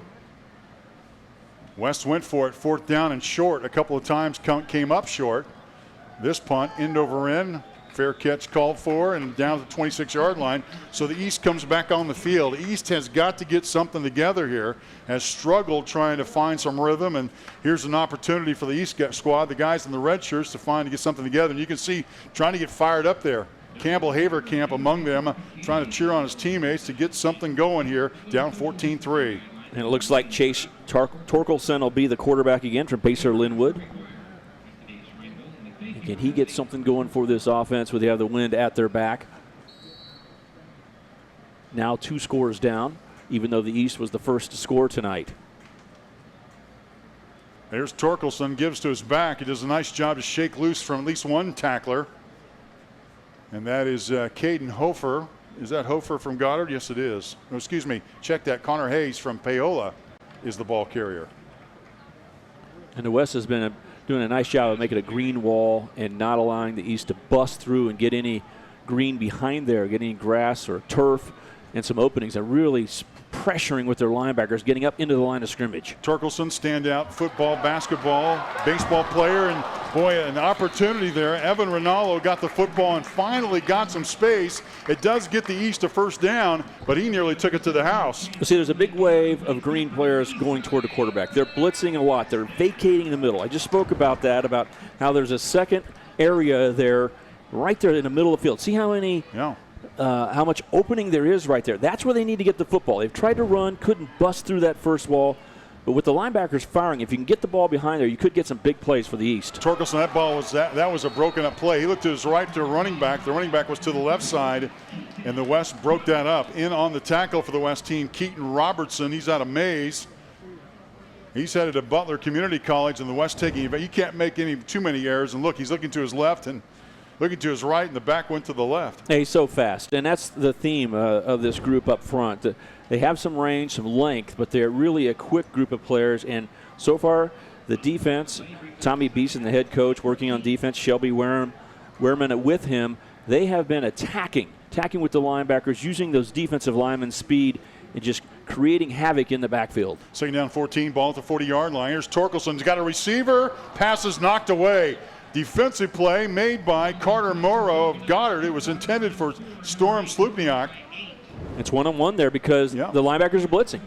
Everybody's coming, so you've got to get the ball off quickly, but you've got to find an opening. And we saw a pass earlier in this possession that could have been very dangerous, a big type of play. Ronaldo got a catch, and that's what you're going to have to look for. A quick pass, but have a player run it at angle, run away from the defender, catch the ball, and then there's open area right now. But it's really, you have to make it very quick to get the ball off with the defense blitzing as they are. East needs someone to make a play. Receiver in motion, goes from the right side to the left side on a third down play in 14. Catch is made, gets up to the line of scrimmage, is still on his feet, gets close to midfield, does the receiver, who is Adam Albertini out of St. Paul, who did a nice job to keep on his feet, but it's going to be fourth down. The punting team is coming on. Stand there really close to midfield. Yeah, no blitz this time. They fell into coverage, made him throw underneath, and then just a good job of not going down to his knees, staying up and getting the ball to the 50-yard line. But I think it's a disciplined play. With the wind at their back, you got to believe in the defense rather than go for 4th and 5 right here. Don't panic. You're down by 2 scores, but you can get back in this game. Punt the ball down and see if you can stop the West offense. All right, 4th down and 5. Haverkamp stands back at his 35-yard line. He's going to punt it away. Trying to angle it. He did a nice job in the first half, and this one's going to bounce into the end zone. It'll be a touchback for the West squad. West will take over up 14-3. So the East couldn't get what they wanted, a drive that ends up in a score. And the East defense is back on the field. West has got the football and trying to get control of this football game. Still within arm's length is the East squad, but putting a lot of pressure on its defense. Yeah, the defense has to take advantage of the opportunity here to say, let's go make some big plays. And their defensive coordinator, Jason Swift, talked about this. He was a defensive coordinator back when Steve Bueller was the head coach the last time. In 2012, Bueller was the head coach. Jason Swift was his defensive coordinator. Same thing here. When Swift talked to his defense, he said, guys, there are going to be a few plays that make a difference in this game. Let's make sure the defense is the one to make a big play. Ball at the 20-yard line, 1st down and 10, wrapped up by the East squad, but that looked like Williams again. Williams gets it back to the line of scrimmage. Tackle made by Reed Spockman. He went to Blue Valley North. He's going to Columbia. 2-time sack leader, state of Kansas. You might understand why he's a captain of this ball club.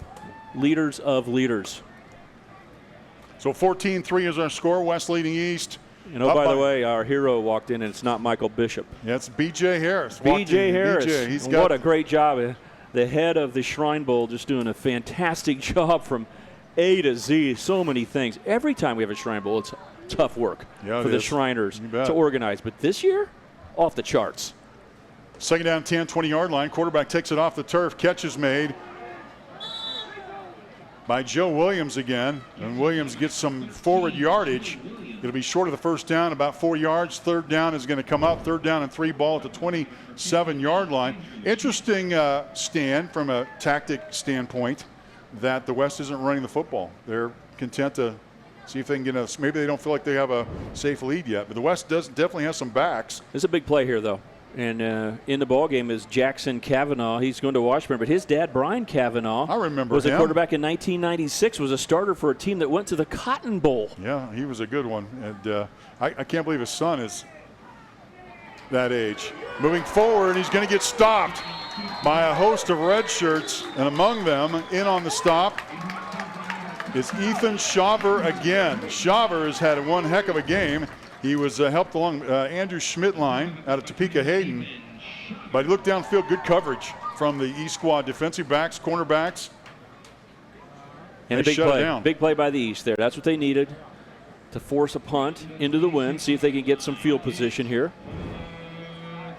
And 4th down and 4, what the East really needs is a miscue or a big special teams play. That puts the pressure on punter Carter Morrow. Carter Morrow has done a great job so far. Played for West head coach Tommy Beeson at Goddard. And he's a first-team punter, and that's why. Look at that. Sails that off, and going to take a bit of an East bounce. Going to be midfield. Well, it's not a really short field, but the East gets it in pretty good shape. 51 yards away from the end zone, down 14-3 here, minute 31 to go, third quarter. Remember, they were there just a little bit ago, but it's 4th and 5. You're much better off having this sequence and now being 1st and 10. And that's exactly what you want to do. You punt with the wind, they're punting into the wind. As long as your defense does the work, just be patient. We'll be back here again. And sure enough, they start the drive, East does, where they left off on the last possession.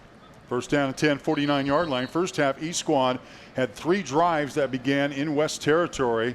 Missed out on some opportunities to put some touchdowns on the board. Came away with 1 field goal miss, and as a result, trail 14-3 here, the closing minute and a half here of the third quarter.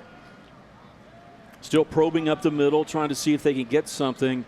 So they can just bust through and get 5 yards. Then there's open territory after that. But boy, the West defense up the middle has done a great job of not allowing that to happen. Saw Joel Montgomery out of Smith Center make the play here. Want to mention because it's kind of a theme tonight. He was a state vocal qualifier. We have to make sure we get all the singers, all the guys that were the stars of their school play mentioned. We've almost done that tonight. They've all made big plays in the football game. I'm telling you, it's amazing how well they sing and act in addition to play football. Almost thought about pitching the football. Instead, East quarterback Quinn Busing gets about 5 yards. It looks like he's getting a little bit more comfortable. I think if there were a 5th quarter, he would be really, really comfortable, and he seems like he's getting a little bit more confidence. Now, maybe there'll be enough time with the 4th quarter. They just need to get down, get a score, and they can put themselves right back in the game. But a guy coming over and getting involved, you saw big number 42, Trey DeGarmo, get in there and make a tackle. Those linebackers for the West have played well tonight. Nolan Strite also in on the play. Ball at the 46-yard line, plenty of time. Going to lob this pass. Has a receiver. Catch is made. 15, 10-yard line. Puts a stiff arm out down to the 7-yard line, and that for the East is the biggest play of the game offensively as Gabe Garber out of Sabetha makes the play. Good throw. You got to get the ball off quick with the West firing the linebackers, but guess what? This time they don't. They play it back in coverage, and they still throw it over the linebackers, find the ball into the middle. Gabe Garber making the catch, taking it down to the 7. And there are some big play opportunities for the East. If they can get past that linebacker area, they do it here and get the ball down to the 7-yard line. What a big play. And West calling timeout here. Ball first down and 10 for the East squad at the 7-yard line. All of a sudden, this East squad, which were back on their heels for a bit, all of a sudden has new life. They got to take the opportunity here and push it in the end zone. First half, they had a couple of opportunities and couldn't punch it home. So that very much the theme of what the East coaching staff is talking about. That staff, by the way, includes Jason Swift of Shawnee Heights, Brian King of DeSoto, Mike Dumpert of Paola, Perry the Compton's Mike Paramore, Riverton's Johnny Mallett, Larry Glatzik of Centralia. Talk about all-star players. That's an all-star coaching staff. There's a lot of stories that group could tell, and right now they're trying to get their East squad back in it. Well, the fun that these coaches have, I mean, it's a coaching clinic. They not only love coaching the All-Stars, doing the things for the Shrine Bowl that they can. It's an honor to be thought of as a coach with the quality to be at the Shrine Bowl. But once they get there and there's a little free time for the coaches, guess what? They're drawing on everything. They're drawing plays, aren't all they? on everything. Yeah. I mean, they may be on their computers nowadays instead of napkins. I mean, they're going, hey, what do you think about this? If I cross-block this and undo this. and they really like saying this, hey, I saw that play that worked. Now, what's your philosophy on that? And the coach has to take a deep breath, like, do I really want to give away my philosophy? Yeah, you know coaches, they can't help it. They want to. You know, the thing about even Vince Lombardi said, there's a seal here and a seal here, and so they immediately start telling them, like, here's why I do it. You know, the thing about high school football, just in my, high school football is kind of a regular thing that you cover throughout the decades for me, certainly personally. But the two things that have really happened for high school football in the state of Kansas: turf. Number one, almost all it used to be really expensive. Well, now almost all the high schools have it. And two, 7-on-7 football. Everybody can pass the football now. It used to be that teams that won state championships could only rush the football, and they knew that when it was cold and it was 20 degrees out, and that first Saturday after Thanksgiving they had to dig in. Well, now we see spread off. Look at tonight. Spread offenses, single backs in motion, lots of trick plays. It's made high school football a lot of fun. That's the base offense in football now for high schools. Past the 10-yard line, trying to find some room, is number 11, Adam Albertini. He's tough to bring down. He's 5'9", 170. I'll guess he's probably less than 5'9", but that's what the program says. He is tough to get a helmet on. Well, he knows what the Shrine Bowl is all about because he remembers sitting in the stands watching his brother Anthony play in the Shrine Bowl. So honored to be out here, and he gets the ball down to the 5 as we get ready to end the third quarter. Third quarter comes to a conclusion. East is on the move. Can they punch into the end zone? West leads East 14-3. You're watching the 47th annual Kansas Shrine Bowl from Hummer Sports Park in Topeka. I had no idea you did that. That's what I said when I learned CDL does more than just electrical work. Like plumbing, heat and air, security cameras and alarms, generators, solar panels, even signs for my business.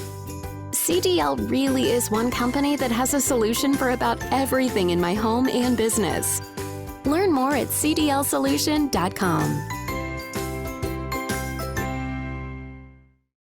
Sports are full of empowering moments. The game-winning field goal, an athlete overcoming an injury. At Cotton O'Neill Orthopedics and Sports Medicine, we live for those empowering moments. Our team is well equipped to care for all sports-related injuries. Our experts tailor-make treatment plans to fit you. Because when it comes to winning, there's no one-size-fits-all approach. Discover the many ways Cotton O'Neill Orthopedics and Sports Medicine can empower your victories. How do you see the world? At Shriners Hospitals for Children, we know that changing how you see things can turn them into everyday miracles. Like riding my bike, Breaking boards. hugging my mom.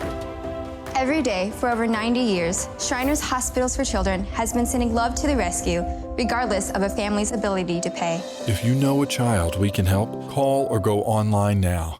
Get back in the game with the Kansas Shrine Bowl Alumni Association. We hope the Kansas Shrine Bowl had an impact on your life. Now help us continue to impact the lives of kids at Shriners Hospitals for Children. Get reconnected with the Kansas Shrine Bowl at kansasshrinebowl.com/alumni. This year we'll have special offers and events just for our alumni.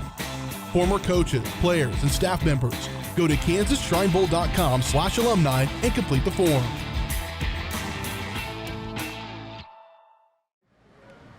Along with Chet Kupple and Leon Liebel on the sideline, Stan Weber is in the booth. I'm Mark Ewing. Welcome to the fourth quarter. 14-3 is our score. East squad is on the goal line, knocking on the door, and on the rollout. Looking for a receiver. Will he keep it? Still looking for one. Now he's going to keep it, trying to get inside the 5-yard line to 3. Excellent coverage by the West squad. There was nothing there, and very wisely, the quarterback, Busing, instead of trying to force something to happen, held on to the football. There will be another down.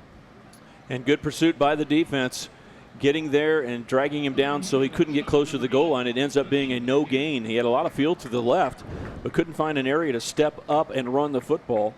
And that brings up third down. They could kick a field goal if they missed third down to make it 14-6. Yeah.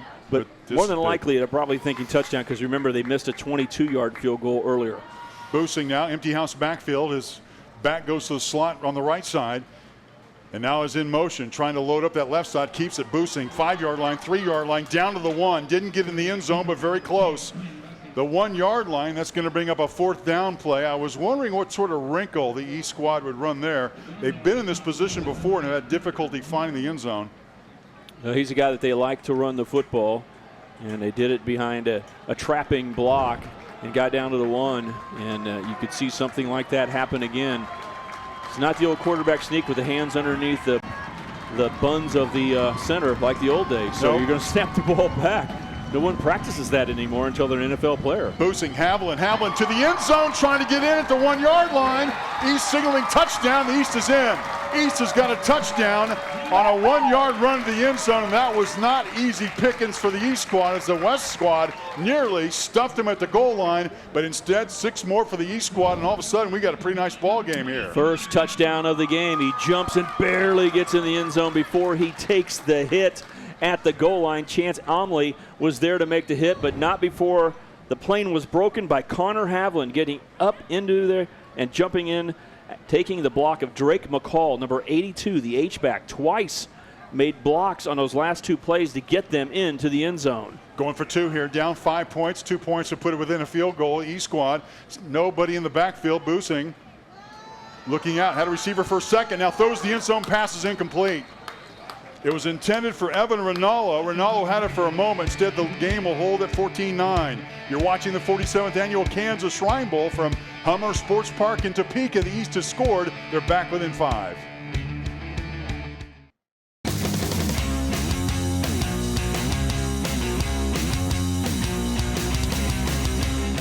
At Emporia State University, you can be yourself.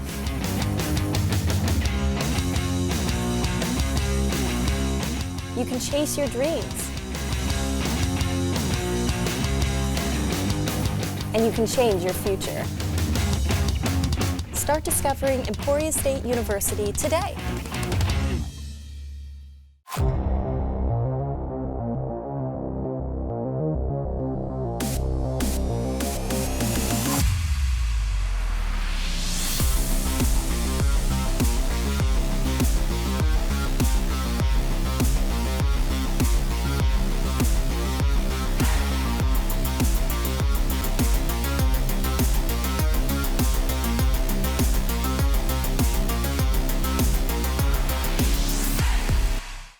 Sports are full of empowering moments. The game-winning field goal, an athlete overcoming an injury. At Cotton O'Neill Orthopedics and Sports Medicine, we live for those empowering moments. Our team is well equipped to care for all sports-related injuries. Our experts tailor-make treatment plans to fit you, because when it comes to winning, there's no one-size-fits-all approach. Discover the many ways Cotton O'Neill Orthopedics and Sports Medicine can empower your victories. So, what is love? Love is being independent. Love is dancing. At Shriners Hospital for Children, love is a new smile. At Shriners Hospitals for Children, love is caring for a child regardless of the family's ability to pay. Learn how you can send your love to the rescue at lovetotherescue.org.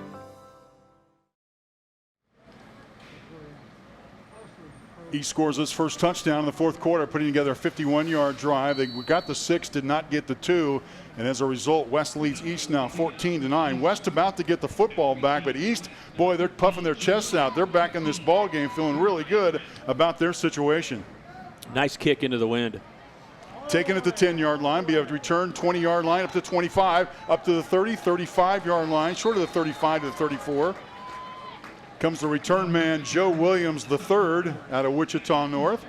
And Steve Bueller, the head coach of the East Shrine Bowl team, gets rewarded for playing traditional football, meaning he punted on 4th and 5, drove them back, stopped them in 3 plays, forced them to punt back into the wind, and then drove down for a touchdown, just like he wanted it. They're a good tackle by the East squad on Williams on the return. So we'll see what West does. Remember, they went 3 and out on the last possession. First down and 10, ball at the 34-yard line. West needs to come together with a drive. They put a couple of scoring drives together, one of 83 yards, one of 80. This one will be much shorter than that if they can find a way to the end zone. This one's just swarmed under is Cade Melvin. Melvin faked the handoff, kept the option himself, and is just swarmed under by Abe Siebenmorgan out of Mar Hill. He's headed to Benedictine.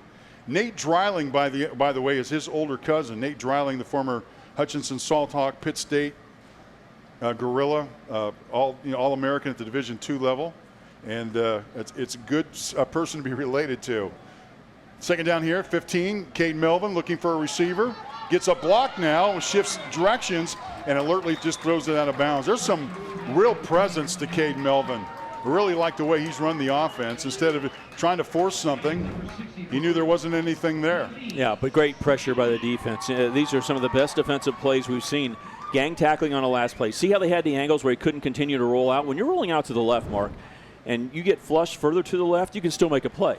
But if you get stopped and you have to turn back and go the other direction, when your momentum gets stopped as a quarterback, you can't get reloaded. You're not going to find a place to throw the ball very well unless you're Patrick Mahomes. Yes, I know he would find a way, close his eyes, flip it over his head, touchdown pass. But for a normal quarterback, you're dead at that point. So he did a good job keeping his presence and throwing it away, not taking the sack. 3rd down and 14. They're sending a receiver screen. This That's is a thrown backwards behind Williams. It was a double thrown pass. by Brown. It's trying to be a double pass. It's incomplete. It was always meant to be a double pass. Jeremiah Brown took 2 steps back, and the officials are getting an earful from the East coaches. They want some definition as to where that football's. Where are they going to place this football? Did he pick it up? Well, it should be an official incompletion. Yeah. Because when he threw the ball the second time, it was a lateral the first time. They wanted to throw the ball backwards, which allowed Brown to be eligible to throw the football. It didn't look right. The ball squirted away on the pass, but it was still a live ball. He went over and picked it up as if he had caught it, threw the ball downfield, and turned it into, unbelievably, an incomplete pass. Well, we've seen a lot, at least the second half, of Carter Morrow,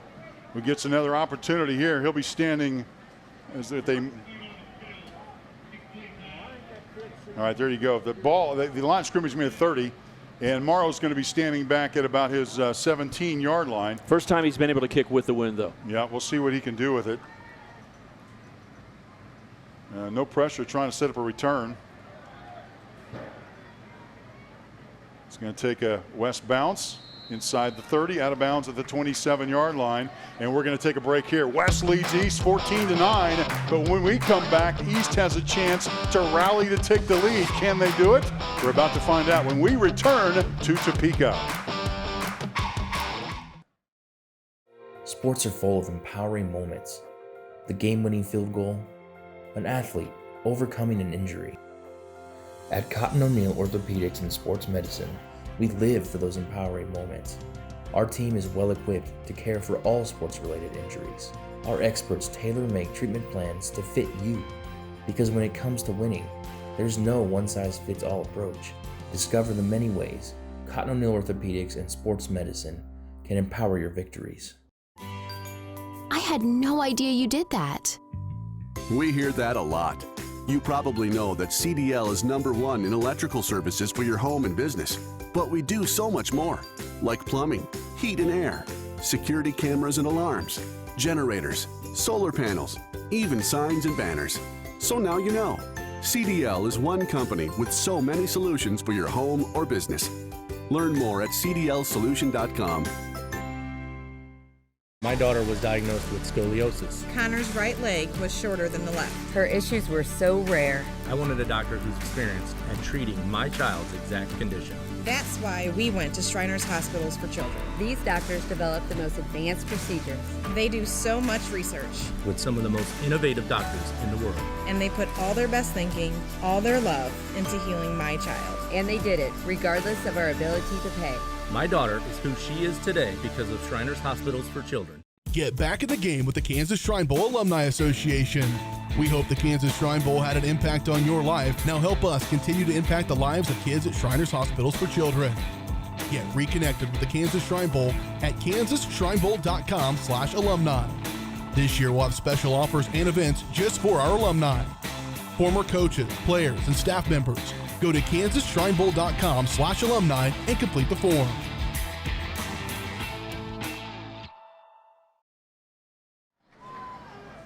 Well, as much as they like raising money for the kids, it's more than a game, and it's all about the kids. I like a little drama. 14-9 ball game. West leads East. East has the football, first down and 10. The drive will begin at their own 27-yard line. Slot back goes in motion with a single back.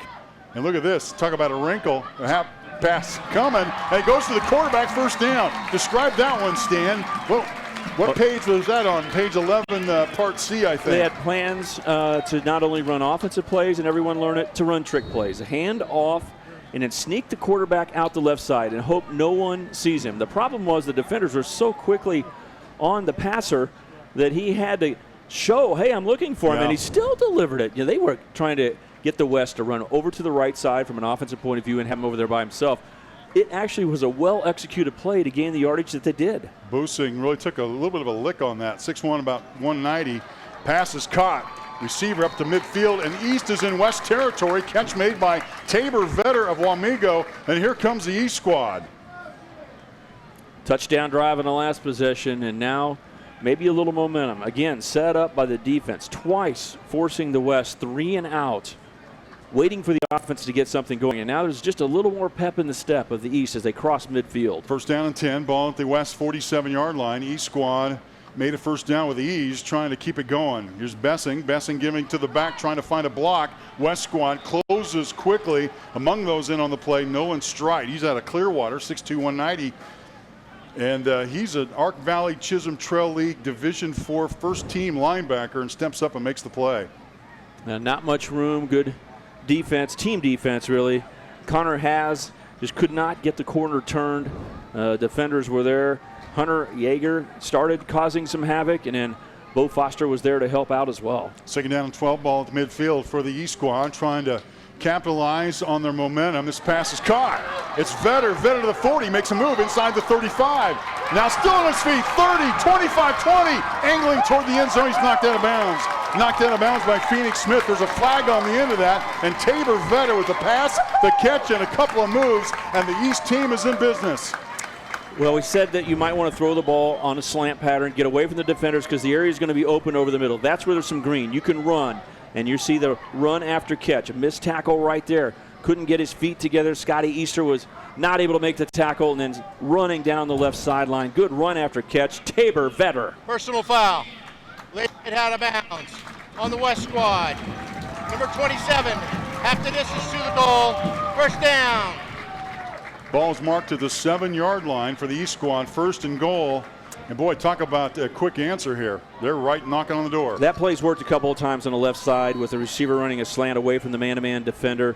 Remember Ronaldo getting one earlier when they're in the third quarter, and this time Vetter in the fourth quarter. Boosing gives to the receiver, the slot back, moving around, no room to roam. Adam Albertini got the football, and he was tracked.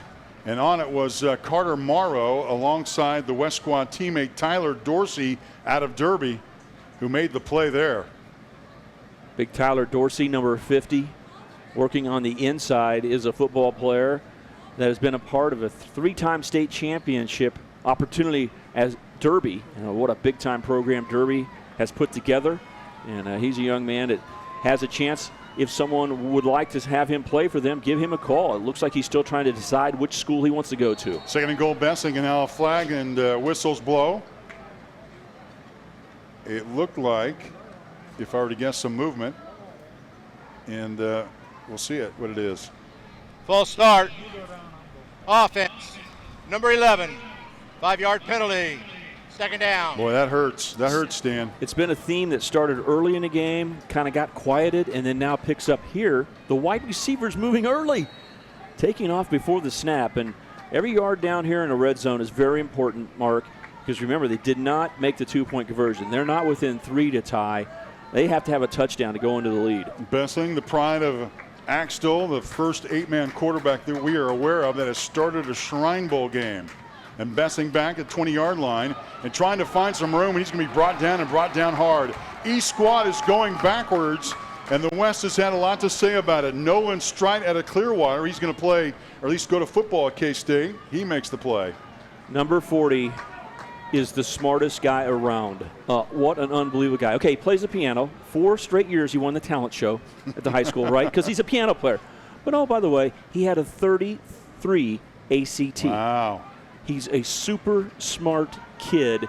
He was telling everybody what they needed to do. The coaches were just amazed. Like, this guy knows so much about everything. They just kind of sometimes said, what do we need to know? Third down and goal, ball at the 19-yard line. Screen is set up. Here's Vetter. Vetter still on his feet, knocked down, and a loss of 3 more yards. East squad now back at the 22, making the play. Travion Mitchell at a Mays South, who will play his college football at Fort Hays State, makes the play. A young man who was right on there. We talk about those cornerbacks needing to be tacklers in modern football, and Travion Mitchell gets it done right there. Another guy who's old school. You know, his sports idol is, you'd think he's a broadcaster right now. Right. Deion Sanders. You and I remember when he's a football player. Yeah, or sure. How about the major leagues when he was in the World Series with the Atlanta Braves? Yeah, but now he's just famous on the NFL Network for being a broadcaster.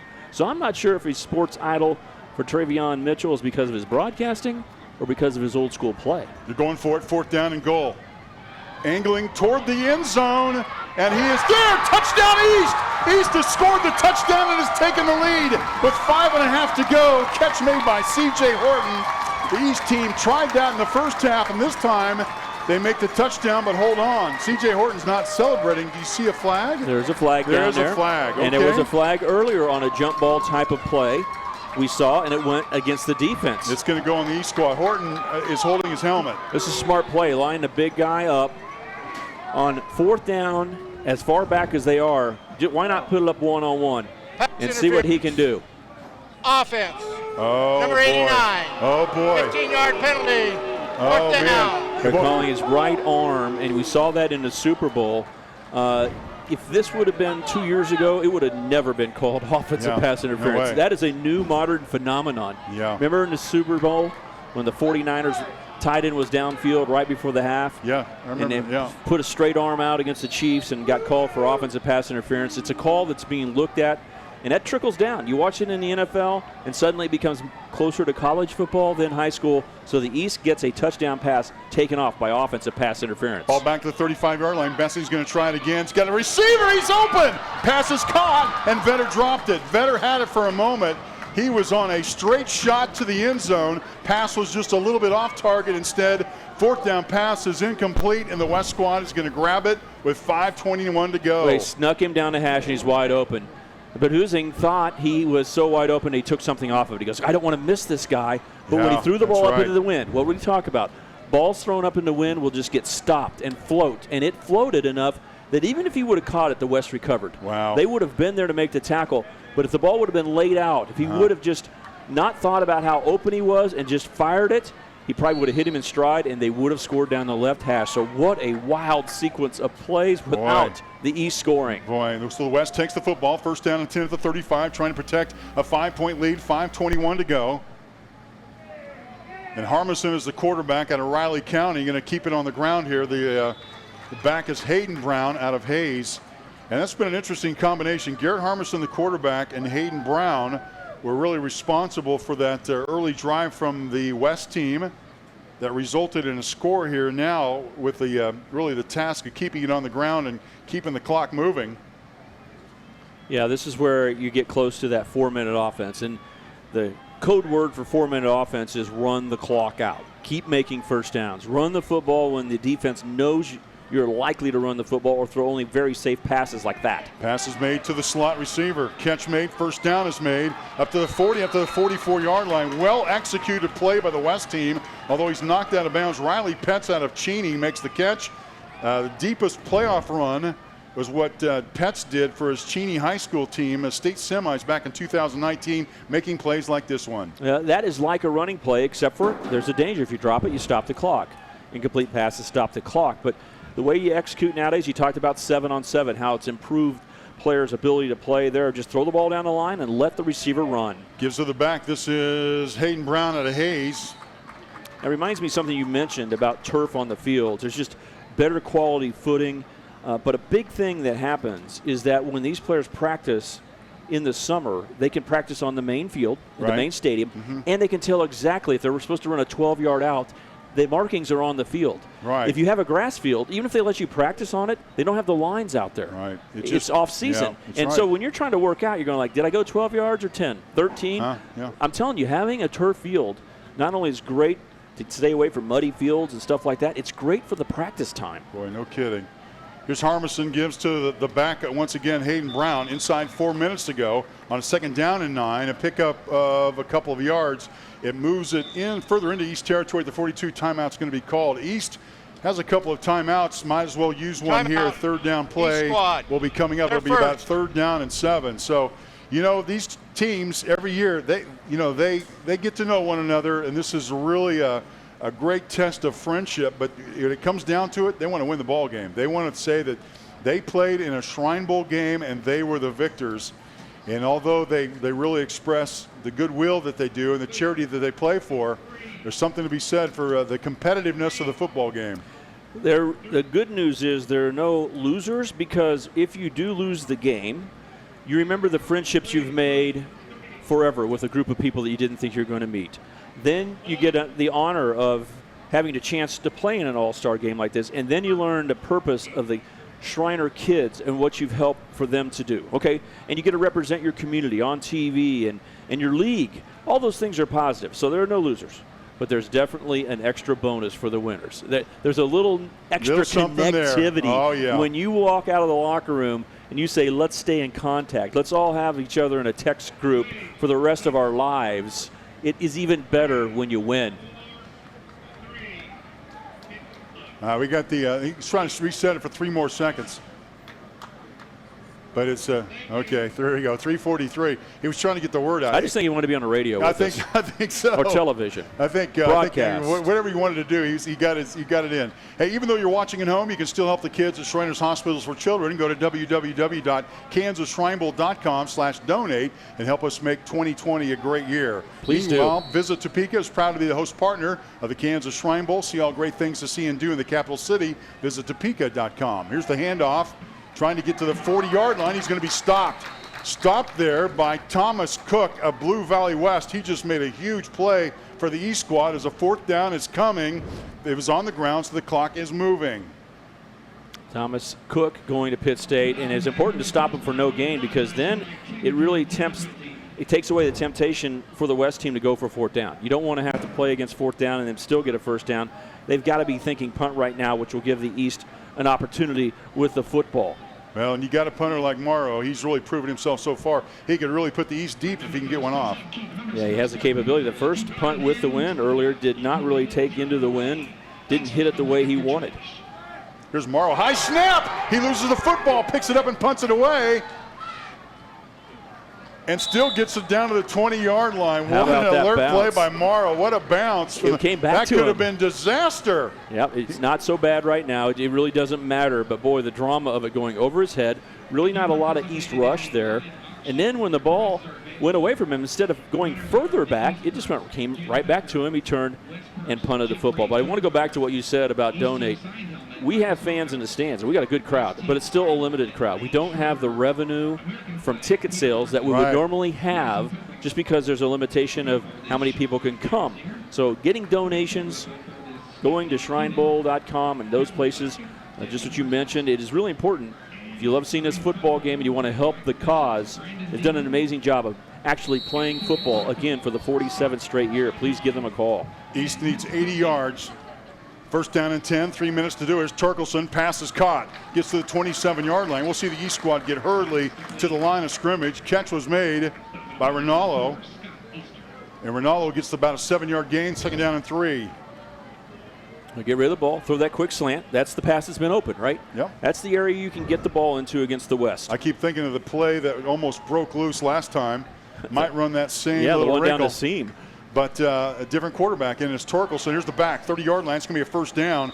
They kept it on the ground, got a 1st down. Clock inside, 2.5 minutes to go. West leads East 14-9. East has the football, needs a score to take the lead. Drama is on. This is the way you want the Shrine Bowl to progress, and we could see a thrilling finish here. Ball at the 31, 1st down and 10, inside 2.5 to go. Mike Paramore, 20 years at Perry LeCompton, a 3A school, is the offensive coordinator here. Torkelson down to the receiver. Oh, incomplete.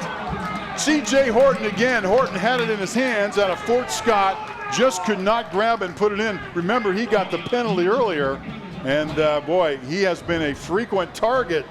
And that was there. Previously, there were jump balls. This time, it's just flying down the field and delivering the ball on the outside shoulder right where you want it to, over the defender, Travion Mitchell. Mitchell did nothing wrong on the play. That ball was just thrown perfectly. But we did see the East run the ball. They can still run it just a little bit because thinking that the pass rush is going for the quarterback, if they could just slip through, they have a chance to gain a lot of yardage because I expect the West to blitz. 2nd down and 10. Here's Torkelson with a little bit of time, getting good protection, and now he's going to be brought down and sacked. Sacked by the West squads. Nolan Strite out of Clearwater makes a huge play. Well, there's the blitz that we thought would come, and Nolan Strite, not only smart, but he's able to stay after it and be physical. He was first blocked by Garrett Harding. Harding did a nice job of picking up the blitz, but because the quarterback hadn't released the football left, Nolan Strite continued on, and other West players got there. They brought the heat. They are trying to find a way to get the ball off and in the middle area. And that time there was a receiver running right down the middle. Connor Havland was unguarded about 5 yards downfield, but it's so hard to see right over the middle when you're a quarterback and see a running back. He's not the tallest guy. You got all these rushers in your face. If you hold the ball against this West team, they are going to come after you and make a sack. Farm Bureau Financial Services has been a proud supporter of the Kansas Shrine Bowl for more than 40 years. Protect what you value most. Contact a local agent today. I think Leon Liebel standing by. Leon? Copeland and Chet, what an ending we may have here. Impressive defensive stanza by the West team. Yeah, really impressive, and you've seen some big plays in the game trying to get it out to the receivers and coming up with really a goal line stand there in this game, and just a couple minutes left in this game, and of course these guys want to win, and I'm glad we're getting to see a heck of a ball game. And how tough is it, Leon, to put together a team of guys within 7 days from all parts of Kansas? Some guys are out of position. We see DNs, some playing linebackers, some linebackers playing DN, some quarterbacks playing receiver, running back, you name it. It's really awesome to see how this all comes together when a lot of these guys have never played together before. And this has been a pretty exciting game, especially the way it's coming down there. East coming back, and then West again coming up big on defense a couple times. And I think we're about ready to get back to action. Mark? Leon, thanks. 3rd down and 18. Big play for the East squad. Is Torkelson back to pass, looking for a little bit of time. Has a receiver, catch is made at the 35-yard line. It will be short of the first down, but did pick up about 10 as the clock continues to move. Red team, the East team, used their second timeout. Stan, I think they have one left, but the clock's moving. They did the best they could with that 3rd and long. You have to throw the ball quickly, get that inside cutting route, and Canalo makes the catch, so now you got 4th and 6. Not a great situation, but much better than that 3rd and long. Game is on the line right now. 4th down and 6 for the East squad. Torkelson, empty house backfield, has a couple of receivers in a slot position. Just needs some time. Torkelson is going to be swept and brought down. The sack is made by Keaton Robertson out of Mays, and that should lock up the win for the West squad as the West comes through with a sack in the critical play of the 4th quarter. Arm over against the right tackle. Dane Spoonhunter trying to block him and just unable to keep Keaton Robertson from getting into the backfield. And just holding the ball 1 second too long is going to end the opportunity. And the one thing we've seen tonight is the pass rush has been so good, the tackling so sound. We haven't seen any quarterback scrambles. No, we have not. You haven't not seen a quarterback like break away, slide through, and make them pay. All night long, when the quarterback got heat, they went down. So both defenses did a nice job of finishing their sacks. Minute 22 to go in the ball game. West has it. And this is Joe Williams who carries it forward, still on his feet, close to the 21-yard line. Pick up about 8, almost 9 yards. As the West trying to salt this one away as the clock is on the move. East should have a timeout remaining. But when they want to use it, I'm sure they want to use it on a negative play if they can. From an offensive standpoint, trying to run out the clock, there's nothing better than a 9-yard run. Looks like their timeout's going to be used right here. A 9-yard run's better than a 10-yard run because you're almost sure to get 1 yard in the next 2 downs, and then you can blow more time off. So West in a very good situation right now.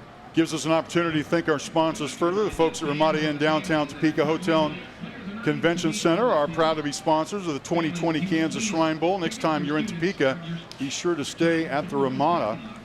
Also, Pitcraft Printing has been the official printer of the Kansas Shrine Bowl for more than 40 years. Pitcraft Printing is more than a printer. They're a partner and a big part of the success of the 47th Kansas Shrine Bowl. All right, I got a minute 9, and we also got Leon Liebel. Leon. Well, Mark, again with Chet Copeland, we're winding it down here, the final seconds, final minute of this football game. And, I think we talked a lot at the beginning about how the Kansas Shrine Bowl and B.J. Harris, his staff, did a great job of pulling off this event. Your impressions, Chet? Awesome. I mean, BJ's a football guy. I've known BJ for a long time. And, of course, to put all this together during what's been going on, I mean, I own a sports media company, so I know how this has been going on and how it's affected my business and some of the decisions that you have to make. Fortunately, they made the right decision, I feel like, here today to have the game, to raise the money for the hospitals. And great event here, and we got to see these guys one last time in their high school. So glad everything so far went smoothly, and just a great atmosphere tonight here at Hummer Sports Park. It has been. We still have some football left to be played. Mark, back to you.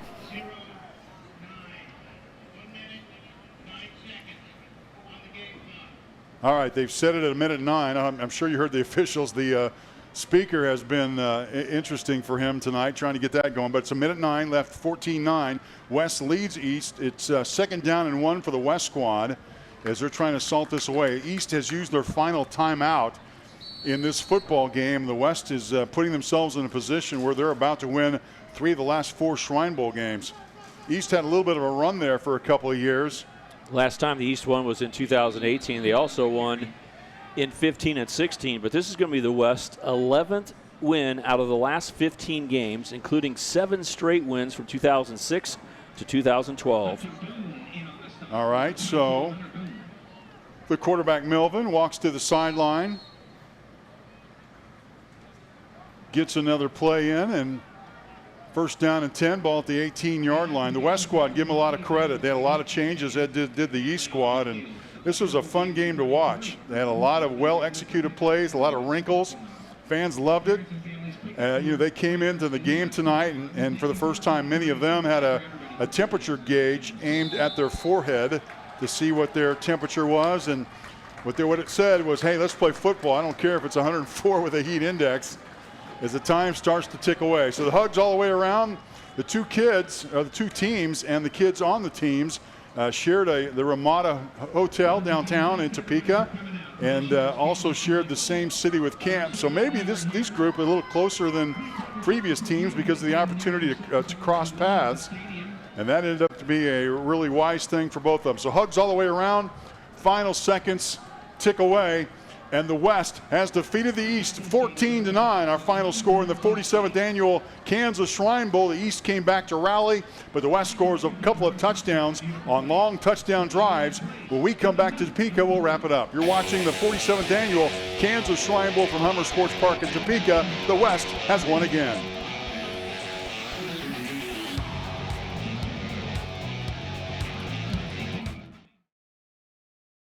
Sign Brothers, a proud Shrine Bowl partner, is more than your average sign company. We go statewide, specializing in all types of messages for sports and schools. Wall graphics for locker rooms, gyms, or school entry areas. Sign Brothers will design and install graphics that get your students and players excited about this school year. They also make banners, field and gym signs, plus all types of custom COVID messages for directions and social distancing. So reach out today for custom designed signs and learn about our special pricing for your school or business.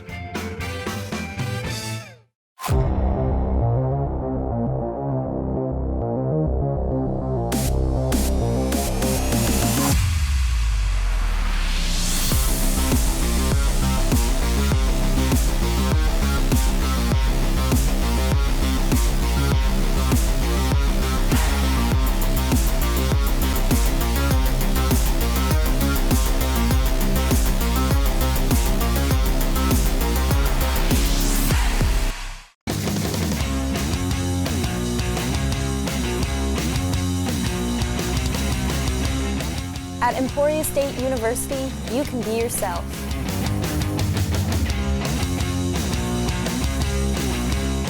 You can chase your dreams. And you can change your future. Start discovering Emporia State University today.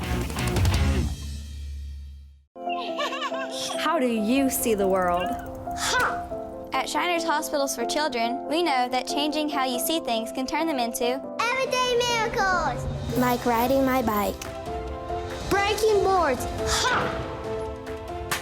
Hugging my mom. Every day for over 90 years, Shriners Hospitals for Children has been sending love to the rescue, regardless of a family's ability to pay. If you know a child we can help, call or go online now. Final score, West beats East by a score of 14-9. The fans who bravely came out are making their way out, and they've handed out some MVPs. Campbell Haverkamp is the obvious choice for the East squad. The West is celebrating the moment. I did not see who had the West trophy, the MVP trophies in there, but that's a pretty good award to win. And they're putting him up on his shoulders, and that's a pretty good deal to win as the West gets a trophy and the MVP award. And that works out pretty well there. I'm still trying to figure out who they gave the award to. I couldn't tell if it was Dalton Miller for his 44-yard touchdown run or. Yeah, Dalton Miller was the looks like the MVP. Yeah, he busted through for that second touchdown from Great Bend. But there they go, the chant West Side. West 14-9 is your final. Reflection of this ball game, certainly a defensive battle, but this game, regardless of the score, will be always known for. This was the game in 2020 when COVID-19 took over the world, and they still managed somehow to play the Kansas Shrine Bowl. When hundreds and hundreds of people are studying the issue, can we play football? And it is the subject in sports. Can the NFL play? Can college football play? Many conferences have said we're moving to the spring or not even playing, some of the smaller ones. The Big Ten and the Pac-12 have said we're only going to play conference games only. All these questions, and yet the Kansas Shrine Bowl with a very small staff and counting on 72 different kids from come from all over the state to make a decision to be a part of a game that they aren't a part of a team. They come here, their parents sign off, and they get a game executed. I just hope everyone has a chance to take this into context, how many people want to watch football, how the fans came out, what the reward is for young men to play football, and you got to value the risks of COVID-19, which are real, versus the benefits of playing football. And here, the Kansas Shrine Bowl behind B.J. Harris and all the people that worked hard in the city of Topeka, the county health department, everybody, to get something done positive. These guys are problem solvers when they're helping kids get their body back together, and they're problem solvers at how to keep this game going. 47th year, the most unbelievable year of all. As you see the highlights and East play coming down, and the one chance they had to get into the ball game right here on this possession led to a later chance that ended up not happening because of an offensive pass interference. Connor Haviland there for the touchdown, and then the final had a couple of opportunities. This was one of them. Tabor Vetter on the catch, gets brought down by a couple of West defenders, but kept on his feet. Looked like for a minute here he might take it all the way to the end zone, and then the penalty was added on to the end here, and then this little screenplay. This is for the West squad, as Joe Williams III out of Wichita North took it down to the 1 yard line. But this game was action-packed. As much as you love the offense, the defense stood up, and occasionally there was just enough wrinkle to make it interesting. 14-9 our final. West beats East. Well, it's another Shrine Bowl is in the book, and they really achieved a couple of things. Number one, you want to produce a first-class statewide family event that brings honor and recognition to game participants, their schools, and their communities. And while you're at it, while you're raising money, why not showcase the best of Kansas? And I always enjoy the opportunity to tell the stories, not only of the good football players, but what they do. A lot of straight-A students, a lot of great singers. It was kind of the state vocalists. So that's what I'll take away from it. But I always remember that this was the year that COVID-19 happened, and the Shrine Bowl really gave us an opportunity to put that aside for a minute. Your 20th anniversary of doing this, Mark. It'll be one that we won't ever forget. We will never forget it indeed. As we close the telecast, we wish to pass along our thanks to the Shriners of Kansas. B.J. Harris is the executive director, and his small but energetic staff, which includes Secretary Jana Becker. The citizens of Topeka and Shawnee County have stepped up to answer the call by welcoming the game with open arms. Production has been provided courtesy of Mike Nelson and his crew. We thank them for their final work. Once again, the final score, West beats East by a score of 14-9. For Leon Liebel, Chet Copeland, and Stan Weber, this is Mark Ewing saying thanks for watching the 2020 Kansas Shrine Bowl, and so long from Topeka.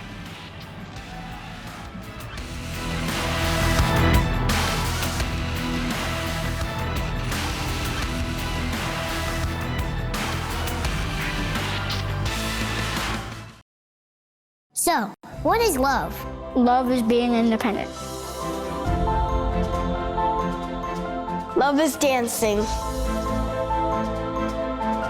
At Shriners Hospital for Children, love is a new smile.